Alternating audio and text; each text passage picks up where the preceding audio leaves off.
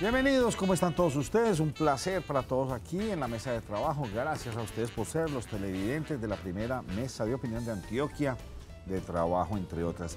Doña Liliana, me preguntan insistentemente aquí muchas mamás, sí. Doña María Enit y otras varias. ¿Qué pasó con el caso del maltrato al niño en esta guardería, en esta institución? ¿Qué pasó con eso? El de la manguera y el video. Señora. Nacho, normalmente de ese tipo, o sea, la investigación, lo único que se sabe es que la investigación continúa, pero casi siempre no se da en qué ha avanzado, si se judicializó, si se suspendió a la señora. Lo único que sabemos es que la señora en su momento había sido suspendida mientras se continuaba la investigación frente al tema. Pero el asunto es que muchos de los padres manifiestan que eso es, o sea, que no fue como un hecho que sucediera constantemente. O sea, era lo que nos manifestaban algunas de estas personas, y que de hecho pues la oportunidad también sería de pronto para aclarar cuál será realmente la situación, porque los padres de familia que tienen los hijos inscritos en la guardería manifestaban que no era como un hecho recurrente. El problema es que en el video sí se ve un maltrato y ahí sí... A mí me gusta la posición de Yasmín, porque yo me he leído todos los correos y yo realmente vi a una señora que defendió a capa y espada, pero no escuché ningún otro. Y tienen o sea, vi un una grupo, y la defendió, y me parece muy bien que la señora la haya defendido, pero de resto nadie salió a decir nada, ¿o sí? ¿O usted tiene comentarios? Incluso con esta misma señora, que ahorita miramos cómo se llama, manifestaba que tenían un grupo de Facebook, los papás, y hacían alusión que ellos, incluso habían muchos de los padres de familia que tenían los hijos en la guardería, habían estado en su momento también cuidados por esta señora cuando ellos eran pequeños, y que en ningún momento sufrieron de ningún maltrato. ¿Se les subió la bilirrubina tiempo después? Sí. Sí, bueno, también. Sí, no, pues, o sea, no estar ni a favor ni en contra, sino que son como las posiciones que se manejan. Lo que pasa es que lo que se conoció era algo muy... Así, muy diciente, total. Muy diciente, pero muy parcial, o sea, no concluyente, muy poco concluyente. ¿Cómo así? ¿Cómo así? Porque no había pruebas suficientes. No había pruebas suficientes. Como que no, José, si usted, ahí sí en el video se ve muy claro cuando le echa el agua, casi que obligan a la niña a comer la sopa, pero los usted gritos. no sabe si le echó el agua porque la niña... No, José, pero a ver, el hecho de que usted lleve a su niño a su guardería y con la ropa puesta, cojan y le tiren con una coca agua. No, quítele la ropa. Si el niño tiene la ropa sucia. No, por eso, pero entonces quítele la ropa y después lo moja. Pero no lo moje con la ropa encima. Lo que pasa es que también concluimos sin tener todas las pruebas.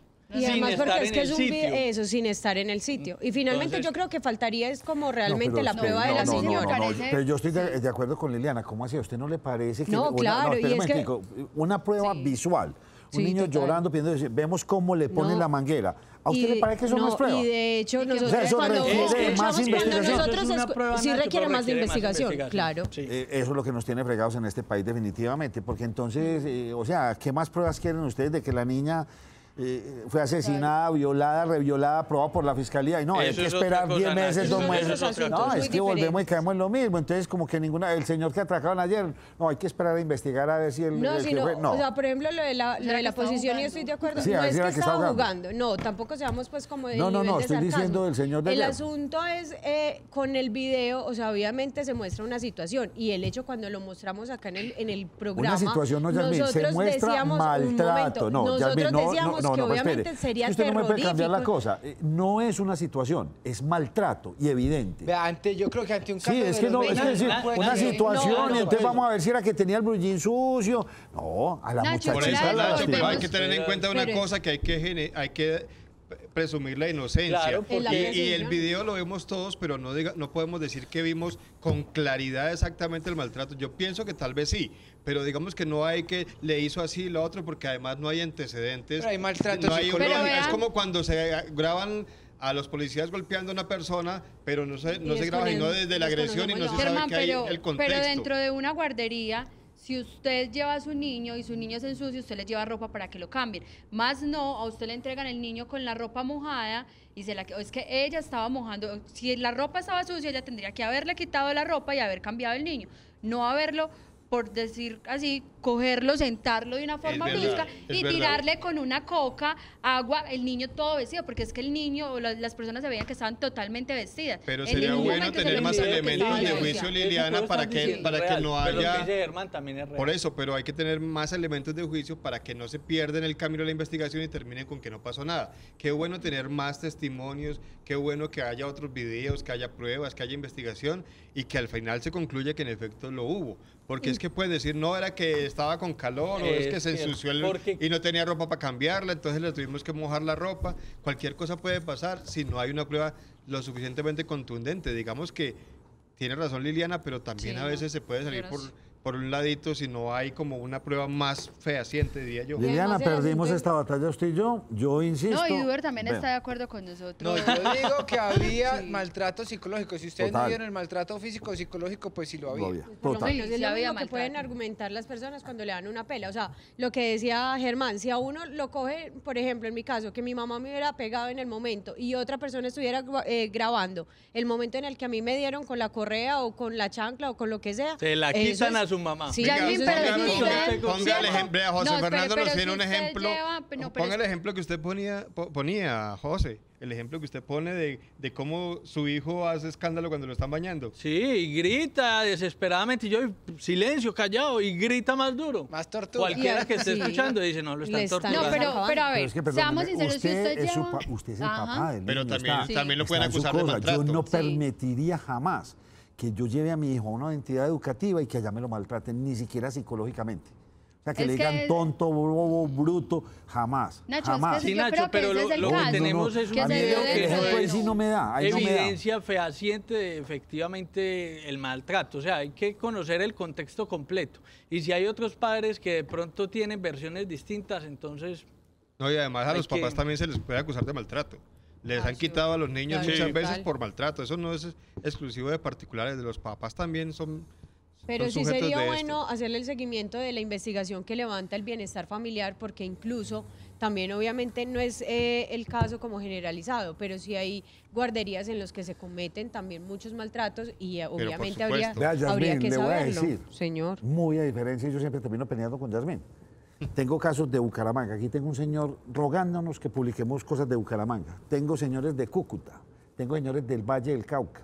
Aquí, en esta página, en este computador. Por favor, ayúdenme, publíqueme, mire, le tengo fotos y le muestro. No, eso no es un caso aislado.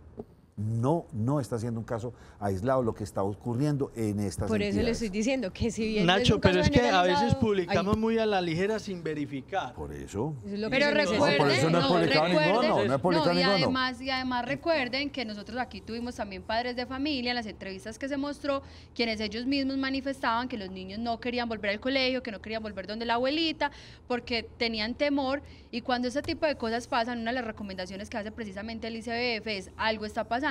Si el niño de un momento a otro él ya sabía ir al baño y ya de un momento a otro se hace en la ropa, es porque algo está pasando y se debe de evaluar los padres de familia. Y yo insisto en que si este tipo de situaciones pasan en una institución educativa o en una guardería, es algo de poner atención porque algo está pasando dentro de la institución educativa.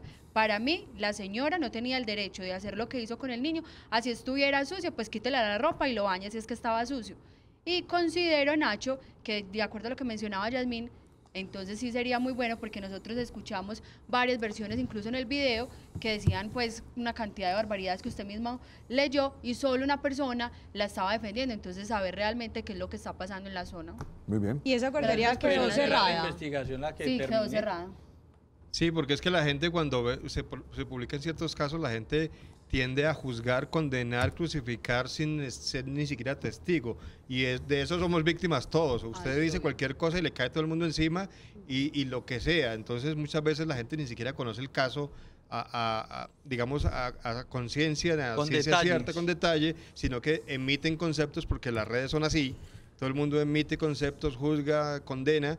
Pero lo que sí estamos de acuerdo todos, pienso yo, José y Liliana, es que sí están tardados en hacer una investigación más profunda de eso y que sí hay que tener en cuenta en que cuando haya alarma en ese tipo de casos, pues ir a investigar, ir a mirar qué está pasando, porque no es que estemos descartando que haya habido el maltrato. Yo diría que es muy probable, por supuesto, pero qué bueno que hubieran investigado bien y que hubiera más elementos para que las cosas no se quedaran ahí en el aire. Nacho, vea, es algo tan sencillo. Pues, alguien dice, no, José el ladrón, y empieza, José el ladrón, José el ladrón, y todo el mundo empieza, José el ladrón, José, y termina siendo José el ladrón. Y vaya a ver cuántos vieron pues a José robando. Pero es que acá hay un video, cuando ustedes lo ven, cuando ustedes salen un video robando, ese es el dilema. ya. Si a usted si a ese el que nos mostró ayer Duber, al señor Biden le roban 8 millones de pesos. No hay excusa. No, entonces, no digamos nada, porque no. Sí, Aquí ya. hay un video claro y contundente. Y hay un audio que lo demuestra. Ahí no estamos hablando de chismecito ni de cosas de redes. Pero no tenemos el contexto completo, Nacho. Entonces usted me ve cogiendo, no sé, el celular de Liliana. Lo que ven las cámaras. José es ladrón, está robando. Y resulta que investigamos y Lili le dijo, José, recójame el celular que me quedó. Ya. Pero normalmente es uno la que hace el José escándalo. lo destruimos. No, lo pero dejamos normalmente con en ladrón. esos casos- Es para poner el Sí, ejemplo. pero solo un cuando- ejemplo. pero Lili cuando la usted perdimos, llega- la perdimos. Pero, por ejemplo, con el video que mostraba ayer Duber, si yo veo que llega una persona y ataca al señor como lo ataca de esa manera, y evidentemente se ve que lo está atracando, yo como decir que no lo está atracando. O que Pero es estaba... que No, no, pero es es que que no, estaba No, robando Liliana, cosas. ahí sí estoy con José, porque es que hay que mirar las circunstancias. De pronto es que el hombre está desesperado, le cogió. Yo la entiendo. No, yo el estoy de video acuerdo, de no ayer no vamos a decir que no es lo suficientemente sí, claro. claro. El Son video del situaciones niño diferentes, se está grabando pienso yo. desde una posición incómoda, no se alcanza a apreciar muy bien y digamos que el contexto es distinto, porque eso... Pero no es tan Germán, atractivo. yo hice infiel con usted, me fui con Liliana y lo miré en detalle y me puse a mirarlo así detalladamente. Y hay dos videos, no hay un se solo ve. video, sino y que hay sí dos se videos. ve que sí lo hizo. O sea, Y le entonces, metía en la conclusión, manguera. ¿qué ha dicho Bienestar Familiar? Nada. Es que es el problema, que uno normalmente cuando pregunta por estos casos dice que es reservado, que se está haciendo las investigaciones, que cuando tengan los resultados nos informan. Toca esperar. Mira, muchas Bueno. veces cuando Esperar, Uber sí. nos trae casos de 3, 4 años, personas que capturan, habrá que esperar cuánto Toca tiempo esperar. demora el proceso. Vamos a averiguar, no sé por qué no estamos en Facebook, quién Sí. sabe qué nos habrá pasado, lo vamos a investigar. Bueno, empiezo con José Fernando Gil, muchos invitados hoy en el programa. Nacho, le tengo datos de la Superintendencia de Notario de Registro. Este año, en los 9 primeros meses del año, se casaron o se presentaron matrimonios con menores de edad que se pueden presentar en el país, pero con permiso de los papás. padres. Se han presentado 269 matrimonios. El año anterior, en el mismo periodo, 328. ¿Cuál es el departamento líder en matrimonios con menores de edad? El departamento de Antioquia, con 40 uniones. Seguido, increíblemente, de Cauca, Valle, Santander y Cundinamarca. En el caso de las ciudades, aunque Antioquia es el líder por departamentos, Medellín es la quinta a nivel país. El líder con este tipo de uniones es la ciudad de Cali, seguida de Barranquilla, Bogotá, Bucaramanga y, como le digo, en el quinto lugar están Pereira y Medellín. Eso está muy bien. Don Germán Mendoza. Don Nacho, yo quiero mostrarle a usted una imagen que para mí es la imagen del día. No me la muestren todavía, pero me impactó tanto esta imagen que yo quiero que sea la imagen del día porque ustedes, me imagino que todos conocen a la actriz Angelina Jolie.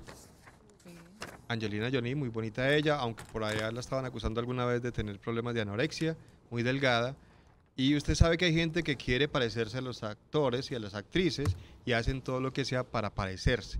Pues esta muchacha que vamos a mostrar a continuación es iraní y se hizo 50 operaciones para parecerse a Angelina Jolie y yo no creo que se parezca en nada. Quedó muy bonita.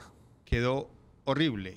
Sí. No, pues si tiene un airecito. Ah, sí. Sahar Tabar, iraní de 22 años con ese y nombre. ha publicado fotografías de todo el proceso de las cirugías. Yo no sé si ella estará contenta con esto, pero yo creo que se parecerá, pero no nada que ver con la verdadera Angelina Jolie.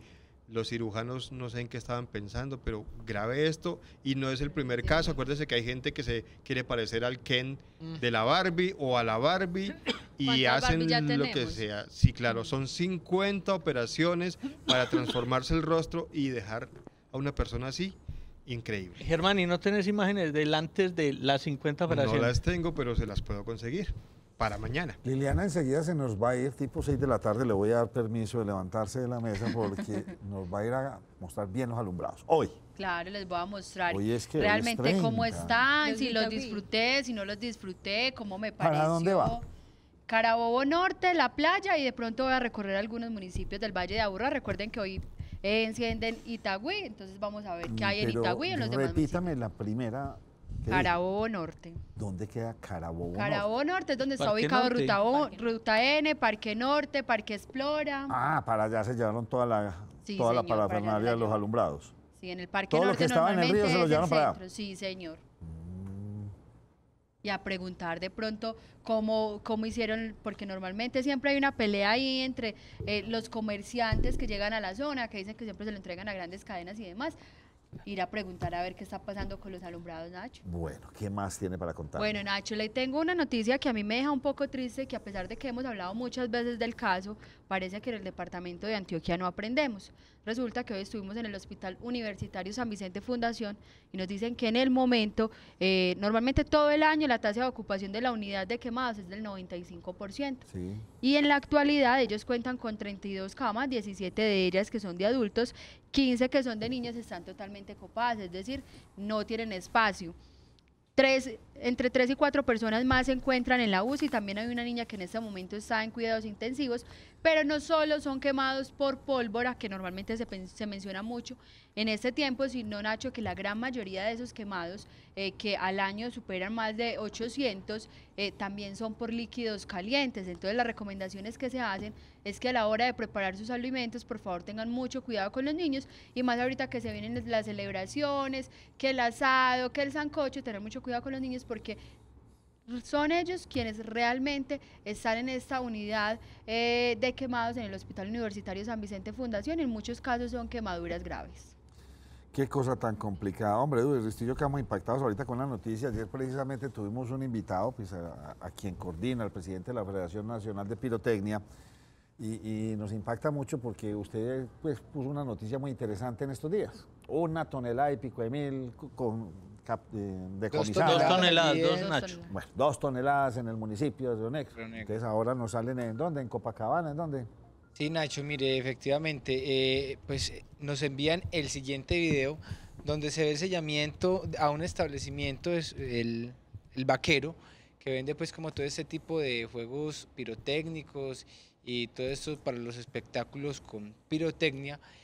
Nos reportan que el local fue sellado el día de ayer, pero que hoy en la mañana pues el alcalde de este municipio envió a unos soldadores en compañía de un uniformado para que sellaran este establecimiento comercial. Pues ya lo habían sellado como ustedes lo pueden ver allí, Sí, con las imágenes, pero como garantía para que no lo abrieran y no pudieran sacar la pólvora y no pudieran venderla, pues llevaron a estas personas para que sellaran allí los candados. Muy peligroso porque pues una chispa y cae al interior del local y le cuento cómo quedan. O sea, lo están sellando por el mal, La no tragedia sé, que puede supuestamente pasar ahí. por el mal manejo, por no incumplir la norma, o el código de policía y sucede esto. ¿Sabe que yo estoy Pero- pensando otra cosa? ¿Qué está pensando usted, Yo Nacho? estoy pensando completamente distinto. O sea, usted me dijo 2 toneladas de pólvora capturada. ¿A dónde fueron? A un local. Sí, es Que fue un está local. visible. Entonces los alcaldes, vamos a mostrar resultados, sí, claro, para que la vea que sí estamos. Entonces vámonos donde los que sí tienen la legalidad. Los donde- más formales. O sea, los polvoreros que tienen licencia, permiso, que cumplen con todas las normas. Vamos y venga, pan.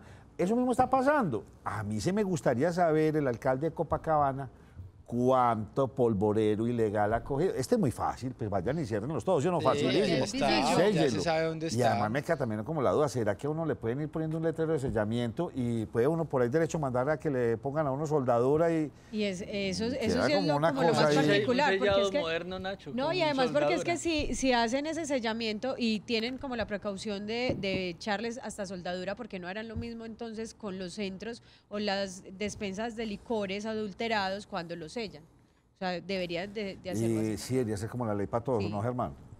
Sí. Sí, en estos días me llamó una señora que hay una venta de papitas o de frituras y le pusieron el letrero sellado. Entonces los dueños del local por la noche llegan, Claro. les prenden el papelito y hacen todo el negocio por la Y noche venden. y al otro día, pum, vuelven y lo ponen. Entonces, o sea, si esto va a ser así, señor alcalde, pues yo no sé, que lo hagamos entonces como con todo el mundo, sellado local y soldado.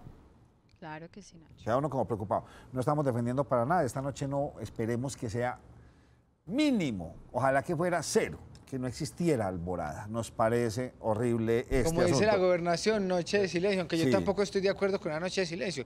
Noche en que no se tire pólvora. No, acuérdense pero que una usted no noche puede de poner un pronto equipo que de se le dé la sonido bienvenida. duro, nada. Sí, duro De no. compartir en Pero familia, de de poner compartir, musiquita. claro, con los Eh, vecinos, no sé. Nacho, José Fernando me pedía las imágenes de la muchacha esta que se quiere parecer a Angelina Jolie Monstruo, antes, y aquí está como era ella antes. Ay, Bueno, hombre, aquí ya ¿cómo está en no el iba a ser mucho proceso de la Pobrecita, cirugía. esta niña está loca. Sí. Lo digo así, pero así me demande por acoso. Pero no, está loca. Pero véala cómo era, Nacho. No, está increíble loca. cómo No, me puso no, a... no, no. Creo No, que no, tenemos no. otro también donde se ve la comparación. Y esta, mire, no era fea. No, para nada. Entonces, definitivamente, uno no sabe la gente que está pensando.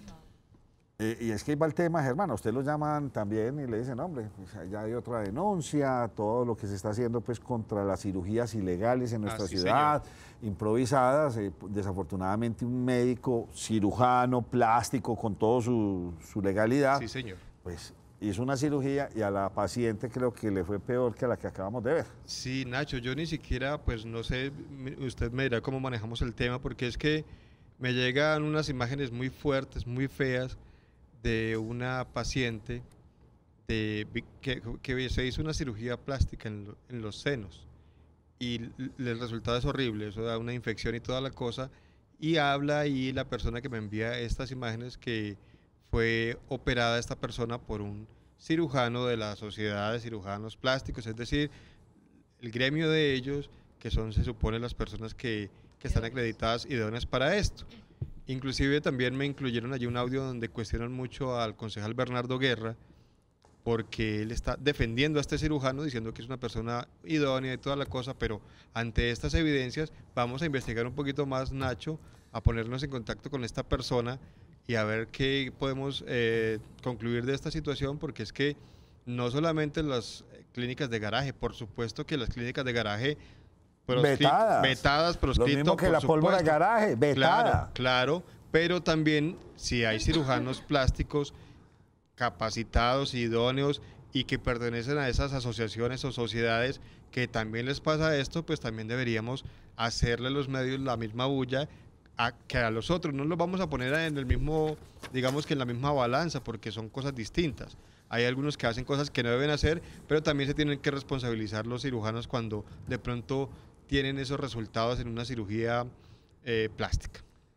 El que se expone a una cirugía siempre se está exponiendo a la muerte. Sí, hay riesgos siempre. Sí, siempre, sea Por de lo que chiquita sea, Nacho, por sin chiquita que importar, sea, uno sí. no sabe el organismo cómo responde Hasta a una para anestesia. sacarle una muela a una persona. Sí, señor, uno nunca Una sabe. bacteria, una Cualquier, infección. Ave María, hay tanta gente que se muere de gripa. Duber, ya usted me dio una noticia. No, entonces démosle el turno a Yasmín. Bueno, Que no, vino Nacho, hoy pero yo como tengo vino muchas enérgica. noticias. Yasmín vino Sí, enérgica. claro que Claro, si está cumpliendo años. Ay, entonces, Ah, muchas felicitaciones, felicidades. Yasmín. Muy bien. Bueno, oiga, pues sí lo que Y está está de cumpleaños. preocupado. La Oiga, ni noticia. en YouTube, ni en Facebook. Algo le pasó a nuestros ingenieros del canal Nacho, pero escuche que estamos... de Happy Verdi. Sí, señor. Deja perder Yuyu. Felicitaciones, pero muchas Yasmín. gracias. Ella ya entró en cuenta regresiva. ¿Por qué? A Porque quitarse usted los años, Ya ¿no? se los empieza a quitar. Está bien. Voy a empezar ahí con, como me lo dijeron en otros programas, a embalsamarme desde ya.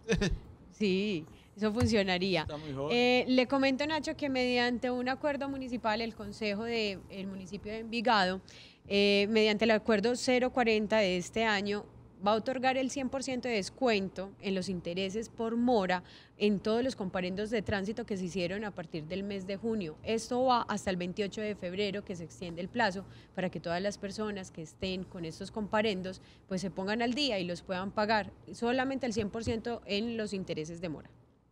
Duber, Nacho, mire, le voy a contar esta triste historia.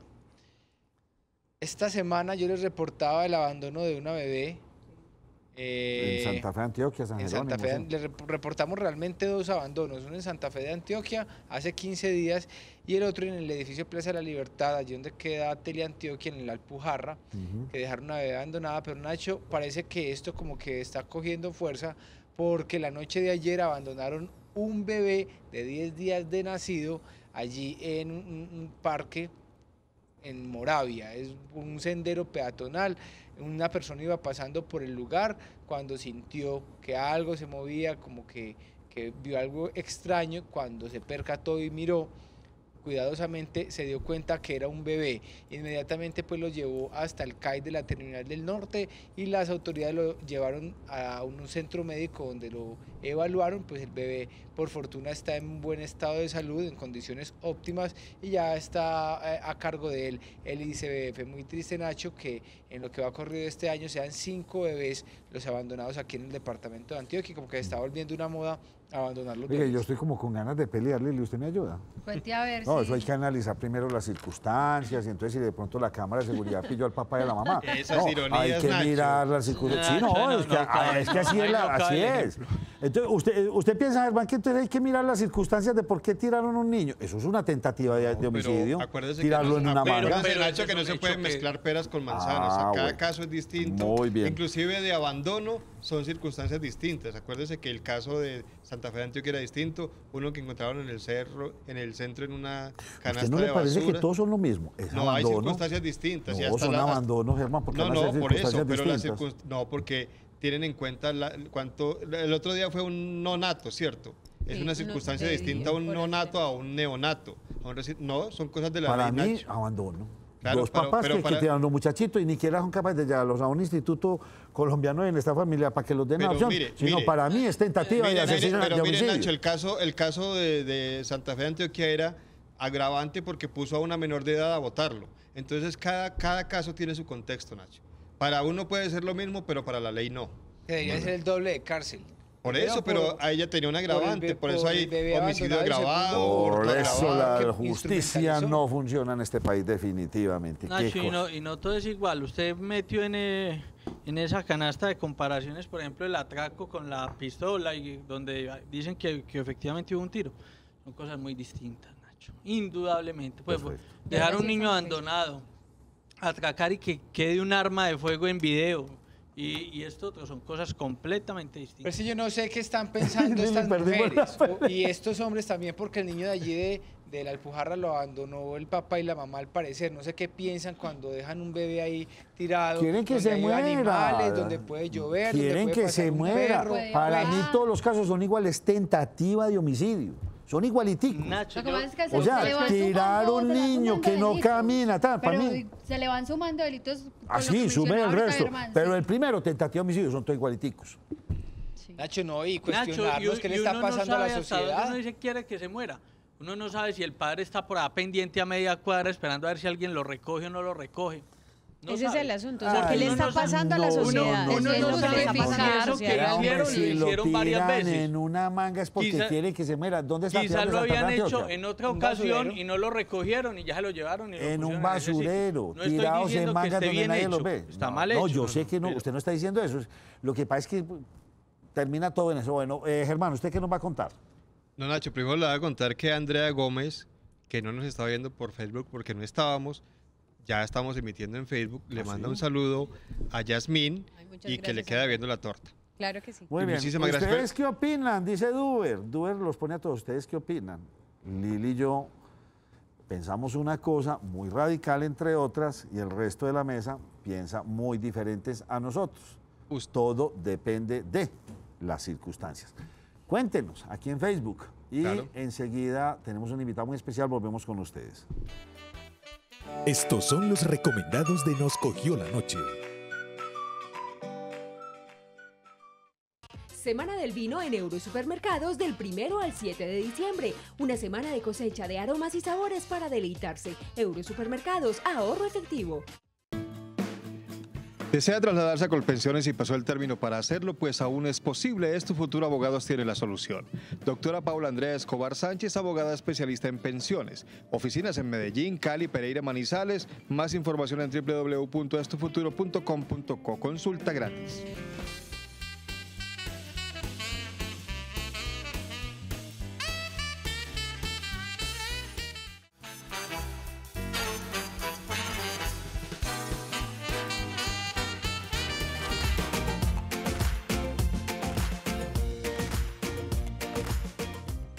Luisa Fernanda, le voy a decir, me dice, Nacho, ¿por qué tan enojado después? Y yo le voy a contestar.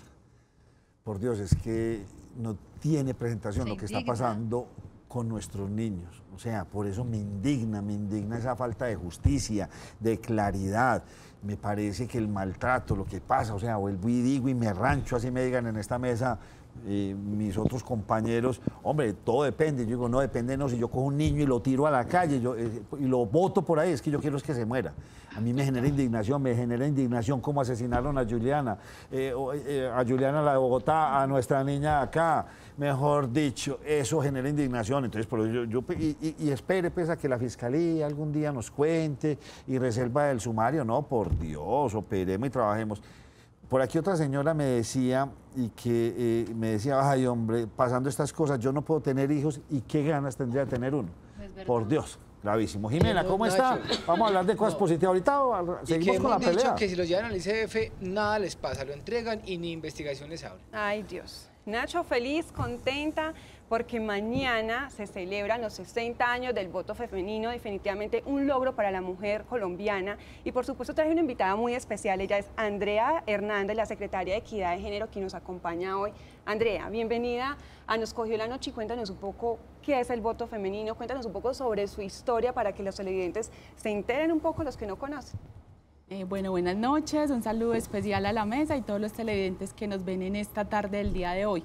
Pues así es, apenas 60 años del voto femenino y yo ahorita que entraba yo miraba un poquito las fechas y entonces yo decía, venga, es que en 1824 votaban los hombres, pero no todos los hombres, porque no podían votar ni los esclavos, ni los alfabetas, ni las mujeres, ni los pobres. ¿Los alfabetas o los analfabetas? Analfabetas, sí, hagamos la aclaración, ni los analfabetas ni los pobres.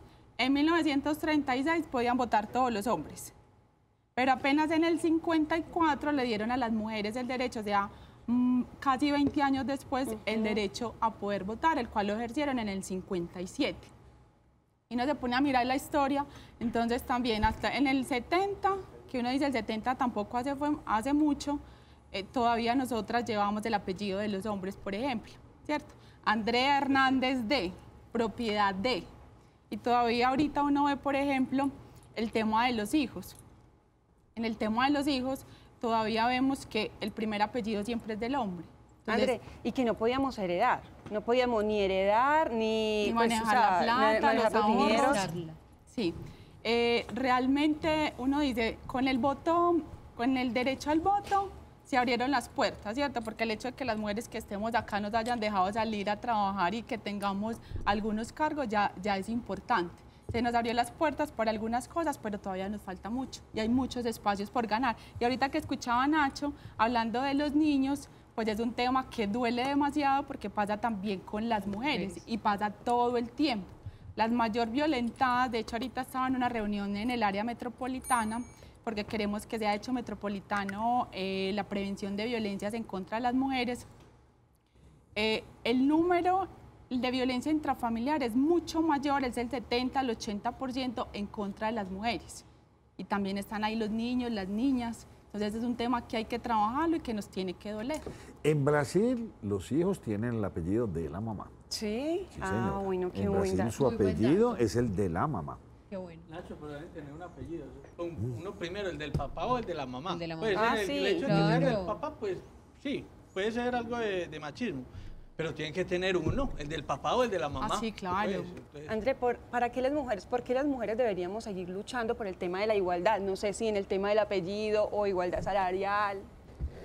Finalmente yo pienso que hay muchos aspectos. A mí me gusta hablar de 2 o 3 que son muy fáciles de identificar y esos 2 o 3 son el tema de empoderamiento social y político, porque finalmente todavía hay falta mucho por ganar. No hemos tenido todavía mujer presidenta en Colombia, ¿cierto? Y hay muy buenas candidatas. Hay buenas candidatas.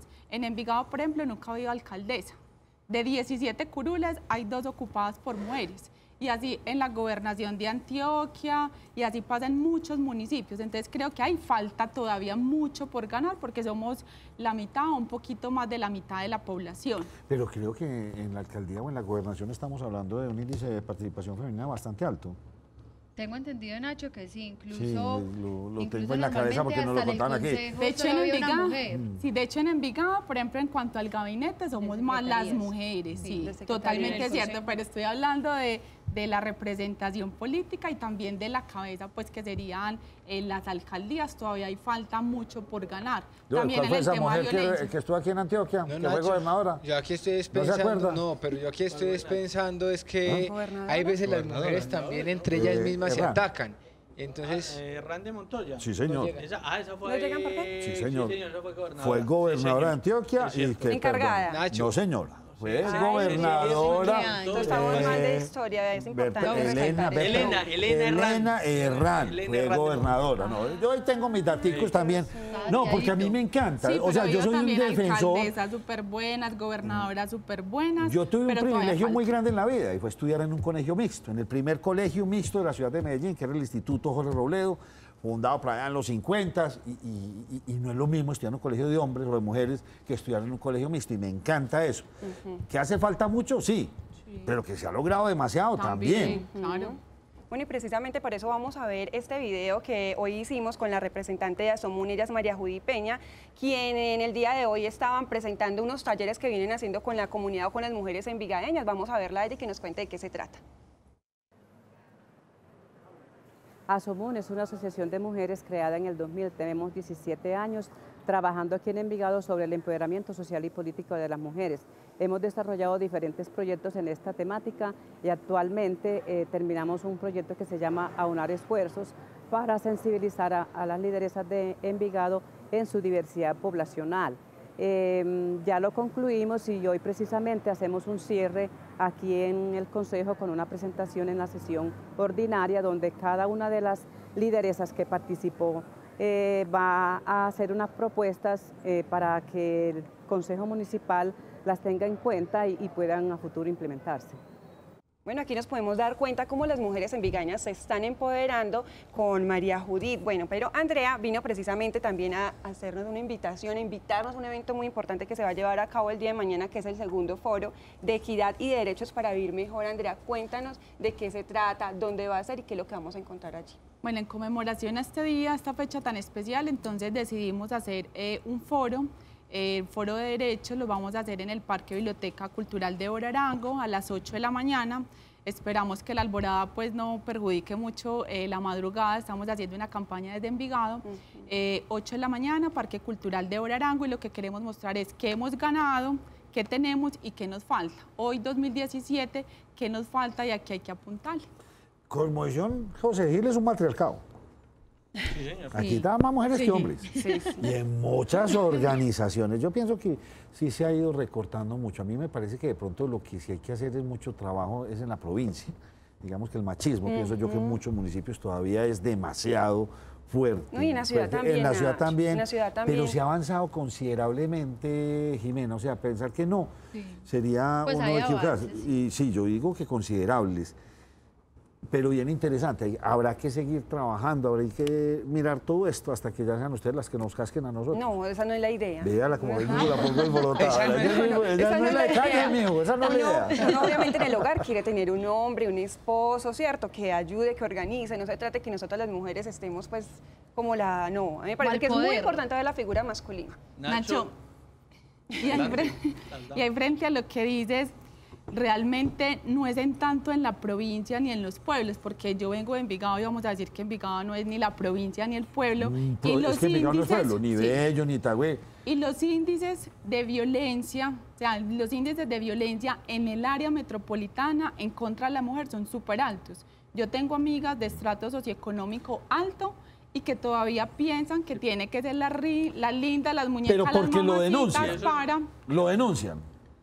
Hay maneras de denuncia, no, y se lo digo con conocimiento de causa, porque hay dos municipios que me tienen fuertemente preocupado. O sea, vi unos casos muy preocupantes en el municipio del Peñol y otros en Yarumal, pero el nivel de denuncia es cero. Donde eso se levantara, y cuando hablo de provincia, de poblaciones, no sé cómo será en el Urabá antioqueño, pero le hablo de Caucasia, Yarumal, oiga, la denuncia es prácticamente cero. ¿Por qué? Porque, no, es que a mí pues que me peguen y... Es normal. No, y eso no nada que ver. Aquí como hay mal nivel de denuncia, pues decimos la cosa está muy disparada.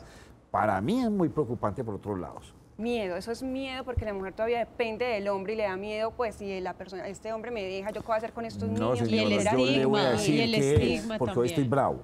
Cuéntelo. No, así vuelvo a pelear. ¿Peleo, sí o no? Pelee, Falta de Nacho. justicia. Porque igualmente la señora va y denuncia y no termina pasando nada. También. Y mientras miramos las circunstancias, y vuelvo con mi ironía, mientras miramos todo, hombre, hay que mirar por qué le pegó, por qué no tan. Entonces, mientras se hace toda la investigación, la terminan matando. Es que No, ese es el miedo de todos. y ese es el asunto. Si a eso nos vamos, también el hecho, y lo tocábamos en días pasados, es el hecho hasta dónde es permitido, si se vulnera o se agrede a una mujer simplemente por el hecho de llevar un escote o no. O sea, eso ya de ahí empieza a partir también a un tipo de agresión y de violencia. Pero ustedes acá dicen que es dependiendo. Usted no Pero meten mire, en esto de lo género y máximo nos que hacen las matamos aquí. autoridades, Eso, Nacho, es una yo orden de quiero- alejamiento. Entonces le dicen, bueno, puso el denuncio, pero entonces le emiten una orden de alejamiento, usted no se puede acercar a ella a ¿Cuántos 200 metros. Y eso Pues, no lo ¿y A eso qué? súmele la falta de oportunidades, porque también la falta de oportunidades es la que hace que todo esto ocurra Pero para la Jimena, mujer. Yo ahorita ahí estoy de mencionaba- acuerdo con usted. Porque si alguien es emprendedor en este país, son las mujeres. Y le voy a y le digo más de un caso de éxito. Vaya para Capurganá, por ejemplo. ¿Quién pavimentó y arregló todas las callecitas de Capurganá? Las mujeres. Váyase usted para el oriente aquí cercano. ¿Quiénes montan todas esas cooperativas, trabajan? Oiga, la mujer tiene un liderazgo grandísimo, que tal vez no se resalte tanto, pero habría que... Pero si alguien tiene oportunidades y son muy líderes, cuando se juntan no hay quien las pare. ¿O estoy equivocado? No está equivocado. Realmente, si hablamos de capacidades, yo creo que las tenemos todas, ¿cierto? Pero, por ejemplo, yo conocí unas mujeres, ellas adultas mayores, y con deseo de tener autonomía económica, alguna de ellas violentada por el esposo.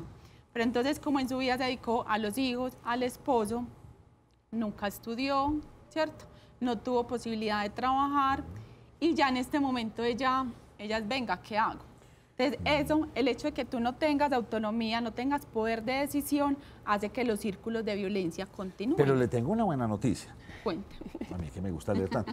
Colombia se calcula que en más o menos de 10 a 15 años, de aquí en adelante, entrará en población negativa. Y entrará en población negativa, es decir, ya no va a ser tanto, porque ya las parejas y las mujeres se dieron cuenta que ese no era su deber ser, Total. venir a tener hijos. Entonces ya hay una decisión gigante, es un sondeo que estaba leyendo donde ya muchos, no voy a tener hijos, vivamos juntos, ricos, pero no, ya todo el mundo empezaron como a entender ese otro cuento de la responsabilidad. Y en ese momento, yo pienso, a la vuelta de 15 años, uy, el cambio va a ser radical. Nacho, y ni 15 años. En Envigado las estadísticas dicen en este momento que el promedio de hijos por familia es de 1. O sea que ya se está viendo en Envigado que el promedio disminuye a lo que veíamos hasta que en las llegue a negativo, abuelas. como están en Alemania o están en Suecia. Y a mí me parece bien. También es que pues aquí como conejos, pues, y no, eso no tiene sentido. Nacho, y ¿Usted de qué recuerde se ríe? ¿Cuánto es que quiere tener? Por ahí 3 o 4, Ay, dependiendo si tengo con qué. No la vuelvo a tener aquí sentada en la mesa y ¿Pero me por moriría de la qué? tristeza. Y no le va a llevar a las barberías.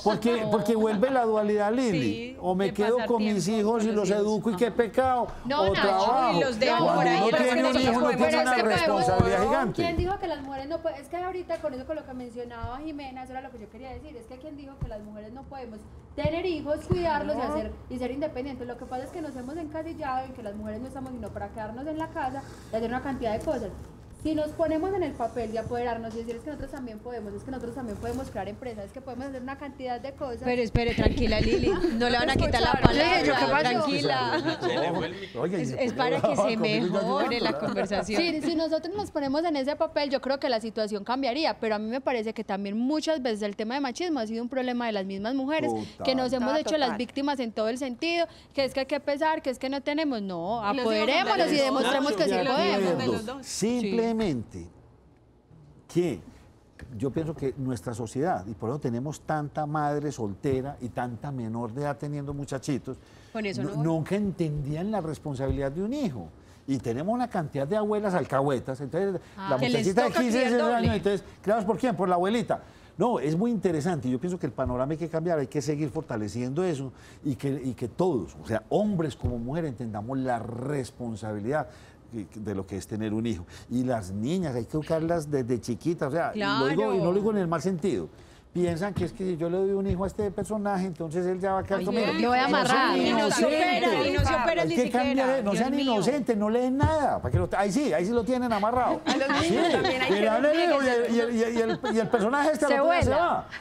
No leen nada y van a ver que ahí sí lo tienen. Así es la vida, sí. Nacho, hay que educar a niños y niñas para que los niños también entiendan que ellos pueden barrer, que ellos pueden trapear, que ellos pueden ayudarnos a arreglar cocina. Entonces hay que educar. Y recuerden que en el país, aunque todavía no hemos tenido una presidenta al frente del Estado, hay 3 candidatas muy fuertes. Clara López, Marta Lucía Ramírez y Claudia López. Sí, señor. ¿Cómo va el embarazo en Envigado en menores de edad? Las cifras vienen Qué descendientes. bien, me encanta. Descendientes. Uy, sí, Y por hay Dios. un datico que daba el martes el secretario de Salud y me gusta mucho porque la gran mayoría de las mujeres embarazadas están en edad de 25 a 35 años y la gran mayoría de 30 a 35.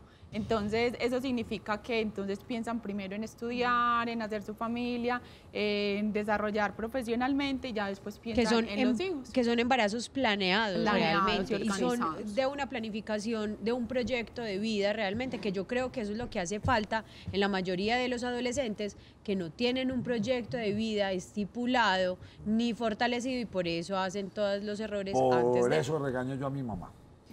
Y no, en serio, la ¿Y por qué regaño, razón? porque mi mamá dice Dios y un hombre. Yo le dije, no, mamá, por Dios.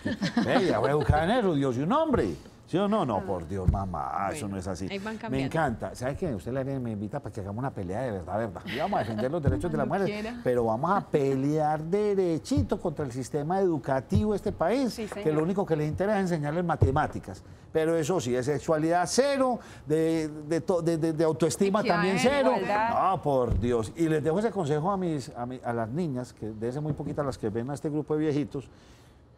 No es nada, Exactamente. nada. Hay Mientras menos jovencitas. dan, ahí los van a tener. Ahí entraron Lili y Yasmina. También, Jimé. Nacho, Jimena. Nacho, mire, mañana, a propósito del tema que estaban hablando de lo del voto femenino, mañana, 8 de la mañana, un acto entrega del escudo de Antioquia categoría oro a la Unión de Ciudadanas de Colombia, en la conmemoración de los 60 años del voto femenino en Colombia. Esto lo organiza la Gobernación de Antioquia con la Secretaría de las Mujeres, Mañana. para que la gente vaya mañana En la allá. Gobernación. Eso es en el Club Medellín, es la cosa. Ah, el club ¿Cómo de- así que ¿Dónde las Marta Lucía Ramírez fue qué? ¿Ministra de qué? De De- defensa. de defensa. De defensa. Sí. Usted sabe lo que es Defensa, enredarse relaciones uno exteriores. a generales, coroneles. Sí. Oiga, no, talante. La secretaria de sí hay, Gobierno de talante sí acá. hay, por Dios. Increíble. Muchas gracias, muy queridas por estar acá. Muchas gracias a ustedes, a los televidentes y esperamos que nos acompañen mañana en el foro Parque Cultural de Orarango, 8 de la mañana. Se queda uno pensando en una cosa, José, o sea, y no hay nada más lindo que el ser femenino y que el ser masculino, ¿por qué Sí. no? Ambos. Y entonces, no, nunca hemos tenido una presidente, nunca hemos tenido una alcaldesa y no funciona lo de género, o sea, la mujer, "Ey, vamos a votar entonces todas por una mujer", ¿no? La ¿Por qué? solidaridad Porque de funciona, son las se propuestas. tiran durísimo. Si fueran, vamos a votar porque Mujeres. todos somos hombres, vamos a votar por hombre. No, funciona, ahí sí funcionan las propuestas. Acá todavía Carácter. no, pero recuerde que ya en Chile, en Brasil, en Argentina, Sí. en Estados Unidos Casi. casi. Se la Muy robaron. bien. En Inglaterra, No en estamos muy Alemania. lejos, no Lo que estamos pasa es muy que lejos. acuérdense que la cultura la creamos hombres y mujeres, ¿cierto? Y si hay una cultura machista y patriarcal es porque hombres y mujeres fuimos criados de esa forma. Entonces no es por el hecho de ser mujer o ser hombre, sino que simplemente pues eso es lo que cargamos y lo que llevamos. ¿Será que hablamos de transparencia enseguida? Qué bueno, gracias a ustedes dos por estar aquí con nosotros. A don Luis Fernando Flores nos envía saludos desde Arboletes en el Urabá antioqueño. También desde Puerto Rico, Caquetá, felicitaciones, qué bueno. Vamos a hacer una pausa, tema bien interesante el que vamos a tratar a continuación.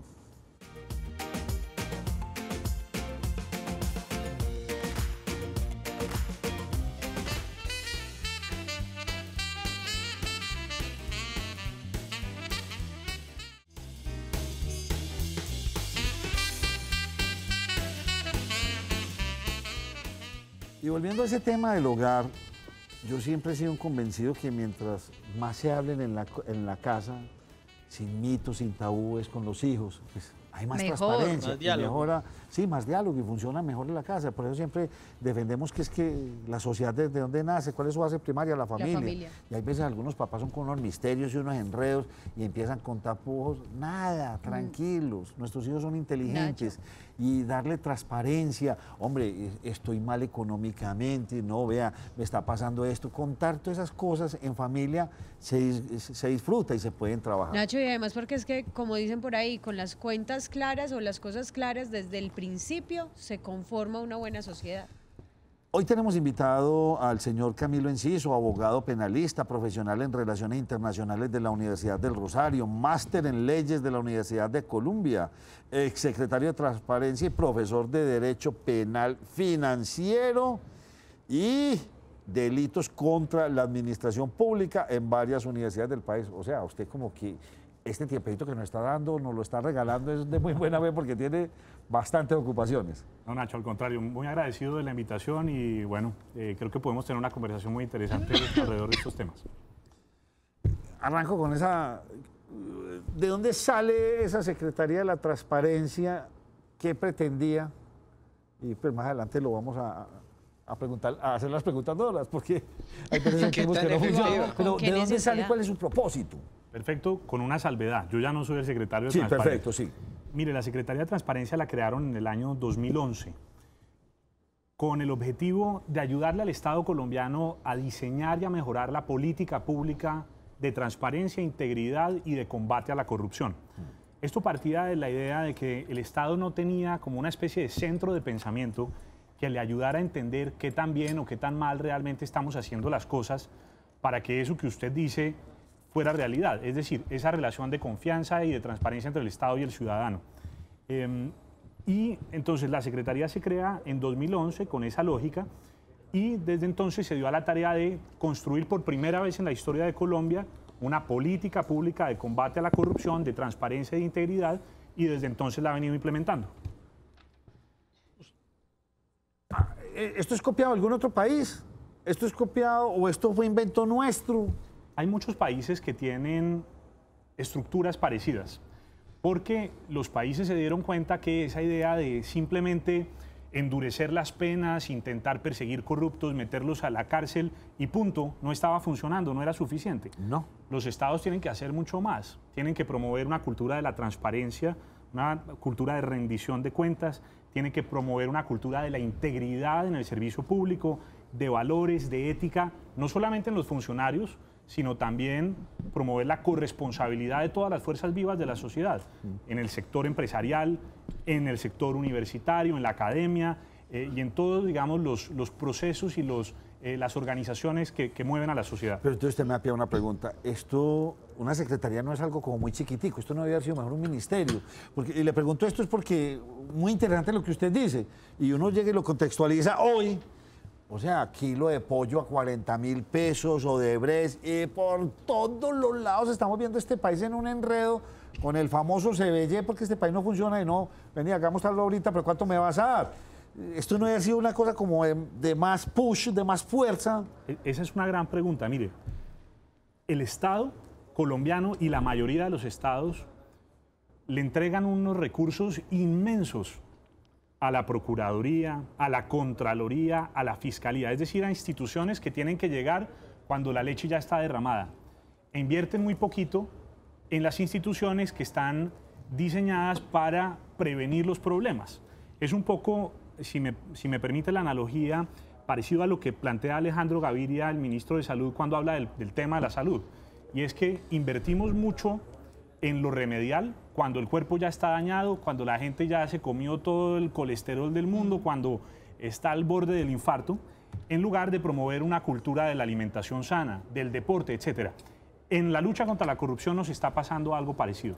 Camilo, usted menciona que ya como tal, esa dependencia no lleva ni 1 ni 2 meses, sino que ya lleva tiempo. ¿Cuáles han sido esos resultados que realmente ha dado tener esa Secretaría de la Transparencia? Y eso sí está sirviendo, no está sirviendo, porque es que uno muchas veces, cada rato uno ve que la gobernación de Antioquia, que la Secretaría, yo no sé qué, está siendo investigada, porque, pues, ¿sirve o no sirve? Yo creo que sirve y sirve muchísimo. Y yo creo que hay que tener cuidado en no caer en falsos debates alrededor de la utilidad de la Secretaría de Transparencia, midiéndola en contraste con los casos de corrupción. Porque la corrupción es un fenómeno social que siempre va a estar allí. Es como el homicidio, como el abuso sexual, como todos los diferentes delitos que nos indignan como sociedad, pero que están ahí porque somos seres humanos y los seres humanos cometen delitos. Pero, ¿en qué ha avanzado la Secretaría? Por un lado, nos ayudó a identificar cuáles eran los problemas y cuál es la carta de navegación, hacia dónde hay que ir, y le ha dado prioridad a esos temas. Segundo, ha promovido una política de transparencia integral en el Estado, y eso se manifiesta, por ejemplo, en que hoy en día ya contamos con una ley de transparencia de acceso a la información pública, que se expidió en 2014, antes no la teníamos. La política pública de integridad y combate a la corrupción, antes no la teníamos, la tenemos desde 2013. Desde 2016 tenemos una ley antisoborno que permite multar a las compañías que se ven involucradas con el simple ofrecimiento o pago de sobornos, con multas de hasta 49 millones de dólares. Y además las obliga a involucrarse con procesos de prevención real de la corrupción. La Secretaría de Transparencia ha impulsado políticas en materia de integridad, de cultura de la integridad en el servidor público, en los estudiantes, etcétera. Hay un programa además fantástico que Antioquia ha sido un gran ejemplo para todo el país y que yo admiro mucho. He intentado venderlo no solo en otros territorios de Colombia, sino en otros países, que es el de los contralores escolares. Sí. Eso es una iniciativa extraordinaria que ayuda a cambiar a la sociedad desde la base, desde los valores, desde la sociedad, inculcando esa cultura del respeto por lo público, la cultura del control ciudadano, de la veeduría. Entonces, para resumir, yo creo que la Secretaría ha logrado avances importantes, sin duda queda muchísimo por hacer, y este es un país que lleva 5 siglos hundido en la corrupción y no podemos esperar cambiarlo en los poquitos años que lleva de existencia la Secretaría de Transparencia, ya que hay que involucrar a toda la sociedad para que este cambio sea una realidad. Pero siempre hemos sido tan corruptos como aparentemente nos lo muestran hoy los medios, o sea, nuestra sociedad. ¿O es que ahora se ha hecho más visible el tema? ¿O no los pillaban antes? Mira, hay un libro fantástico que se lo recomiendo a todos de Hermes Tobar, que se llama Corrupción. Y es un libro sobre la historia de la corrupción en las colonias y en particular en Colombia y en la Nueva Granada. Él documenta cómo, por ejemplo, desde el siglo XVII, toda la economía estaba profundamente permeada por el fenómeno del contrabando. Hay gente que cree que el problema del contrabando es una cosa de ahora o de los marimberos de los años 60 o 70. Esto es una cosa desde el siglo XVII, en donde traficaban todo por Jamaica. Todo venía de Jamaica. Por Jamaica, Curazao, las Antillas holandesas, etcétera. Y entonces, si uno no conoce la historia, pues, como dicen, está condenado a repetirla. Entonces yo sí creo que el problema es mucho más profundo, está ahí enraizado. Ya en las instituciones republicanas, si uno mira lo que ha sido el proceso democrático de nuestro país, pues el clientelismo, la compra de votos, el amiguismo, la corrupción de las cortes, siempre ha estado ahí presente. Entonces es difícil medir si estamos mejor o peor en lo que se refiere a casos de corrupción del día a día, pero lo que le puedo decir es que sí hay avances en algunos frentes. Y estamos de esa manera empezando a cerrarle espacios a la corrupción. ¿Cuáles son esas causas? Porque usted ahora nos hablaba y nos decía que, pues, que habían descubierto unas causas. ¿Cuáles son esas causas que ustedes lograron visualizar? Miren, muchas cosas. Por un lado, el proceso político en su conjunto está constituido o estructurado alrededor de un sistema clientelista. Ese es un sistema clientelista que opera, como yo lo describiría como una relación de extorsión y soborno. Entonces los consejos municipales, las asambleas departamentales, el Congreso, tienen una relación con los gobiernos que se definen por esa lógica. ¿La gobernabilidad que llaman? La gobernabilidad. Entonces, usted quiere que yo le apruebe su presupuesto o un proyecto de ley, entonces venga y ayúdeme con este puestico, o con este contrato, o con esta inversión en mi territorio. Y mire lo interesante, yo no condeno necesariamente que un congresista promueva el desarrollo en su región, todo lo contrario. La Constitución dice que es una obligación de un congresista hacerlo. Para eso lo eligieron. Claro, porque un congresista representa a la gente de un territorio. En donde creo que hay un problema serio es en la falta de transparencia en esa relación entre los gobiernos y las corporaciones públicas. Y yo creo que ahí, ojalá, los candidatos presidenciales se comprometieran a una iniciativa que yo vengo empujando un buen tiempo, que desafortunadamente no logré sacar desde el gobierno, a veces el Estado es difícil también desde adentro, que es la generación de un registro de citas de los congresistas con los funcionarios del gobierno nacional, del nivel directivo, ministros, viceministros, directores, también directores de departamento administrativo, etc. Es decir, un registro que le permita a cualquier colombiano ver con quién se reunió cada ministro, cuál fue el contenido de esa reunión y por qué. Y de esa manera usted realmente garantiza que hay una equidad en el acceso al Estado, que hay una equidad en el proceso de construcción de políticas públicas y que no hay cosas como lo que venimos viendo, y es que los congresistas estaban abusando de su función para lograr favores, promover contratos y toda la corruptela que ya conocemos. Les voy a pedir un momento, hacemos una pausa. Liliana, vaya y disfrute de los alumbrados de la ciudad de Medellín, nos trae buenas imágenes. Claro que sí, Nacho, pero antes me voy a despedir con una noticia. Les cuento que se van a recoger firmas en el municipio de Itagüí para que no se lleven la fábrica de licores de Antioquia. Ya esto fue aprobado por la registraduría y empiezan desde el día de hoy en el consejo del municipio de Itagüí, en las principales vías de este municipio, Nacho. Qué tan extraño eso, habrá que consultar. Porque van a recibir más plata si convierten eso en lo que se piensa. Algo extraño. Sí, Nacho, pero de todas maneras, usted sabe que eso tiene mucho de... Arraigo también. Sí, uno arraigo y eso puede generar votos, se van a llevar la plata. Sí, pero ahí no hay que decirnos mentiras. Si eso usted lo vuelve en lo que piensa en un centro comercial, edificación, tan, y eso lo llevan al predial, recibe más ingresos. Y usted sabe que los políticos se mueven también por las masas, lo que las masas. Bueno, piensan, señores de Itagüí, mírenlo bien y no se dejen meter en política. Analicen, ¿qué es lo mejor? Vamos a hacer una pausa y volvemos con usted, Lili, que le vaya muy bien. Me trae imágenes bien bonitas. Claro, o sea, que me convenza que tengo que ir a los alumbrados. Claro que sí, ¿Dónde es que son? Lejísimos. Carabobo Norte, lejísimos. No, es darle la oportunidad a otra zona de la ciudad. Yo sí conozco Carabobo, aquí en Ruta el Hueco. N, bueno, voy a ir. Parque Explora, Parque para la Norte. Universidad de Antioquia, ahí estoy pegado. Sí, por ahí. Muy bien, ya volvemos.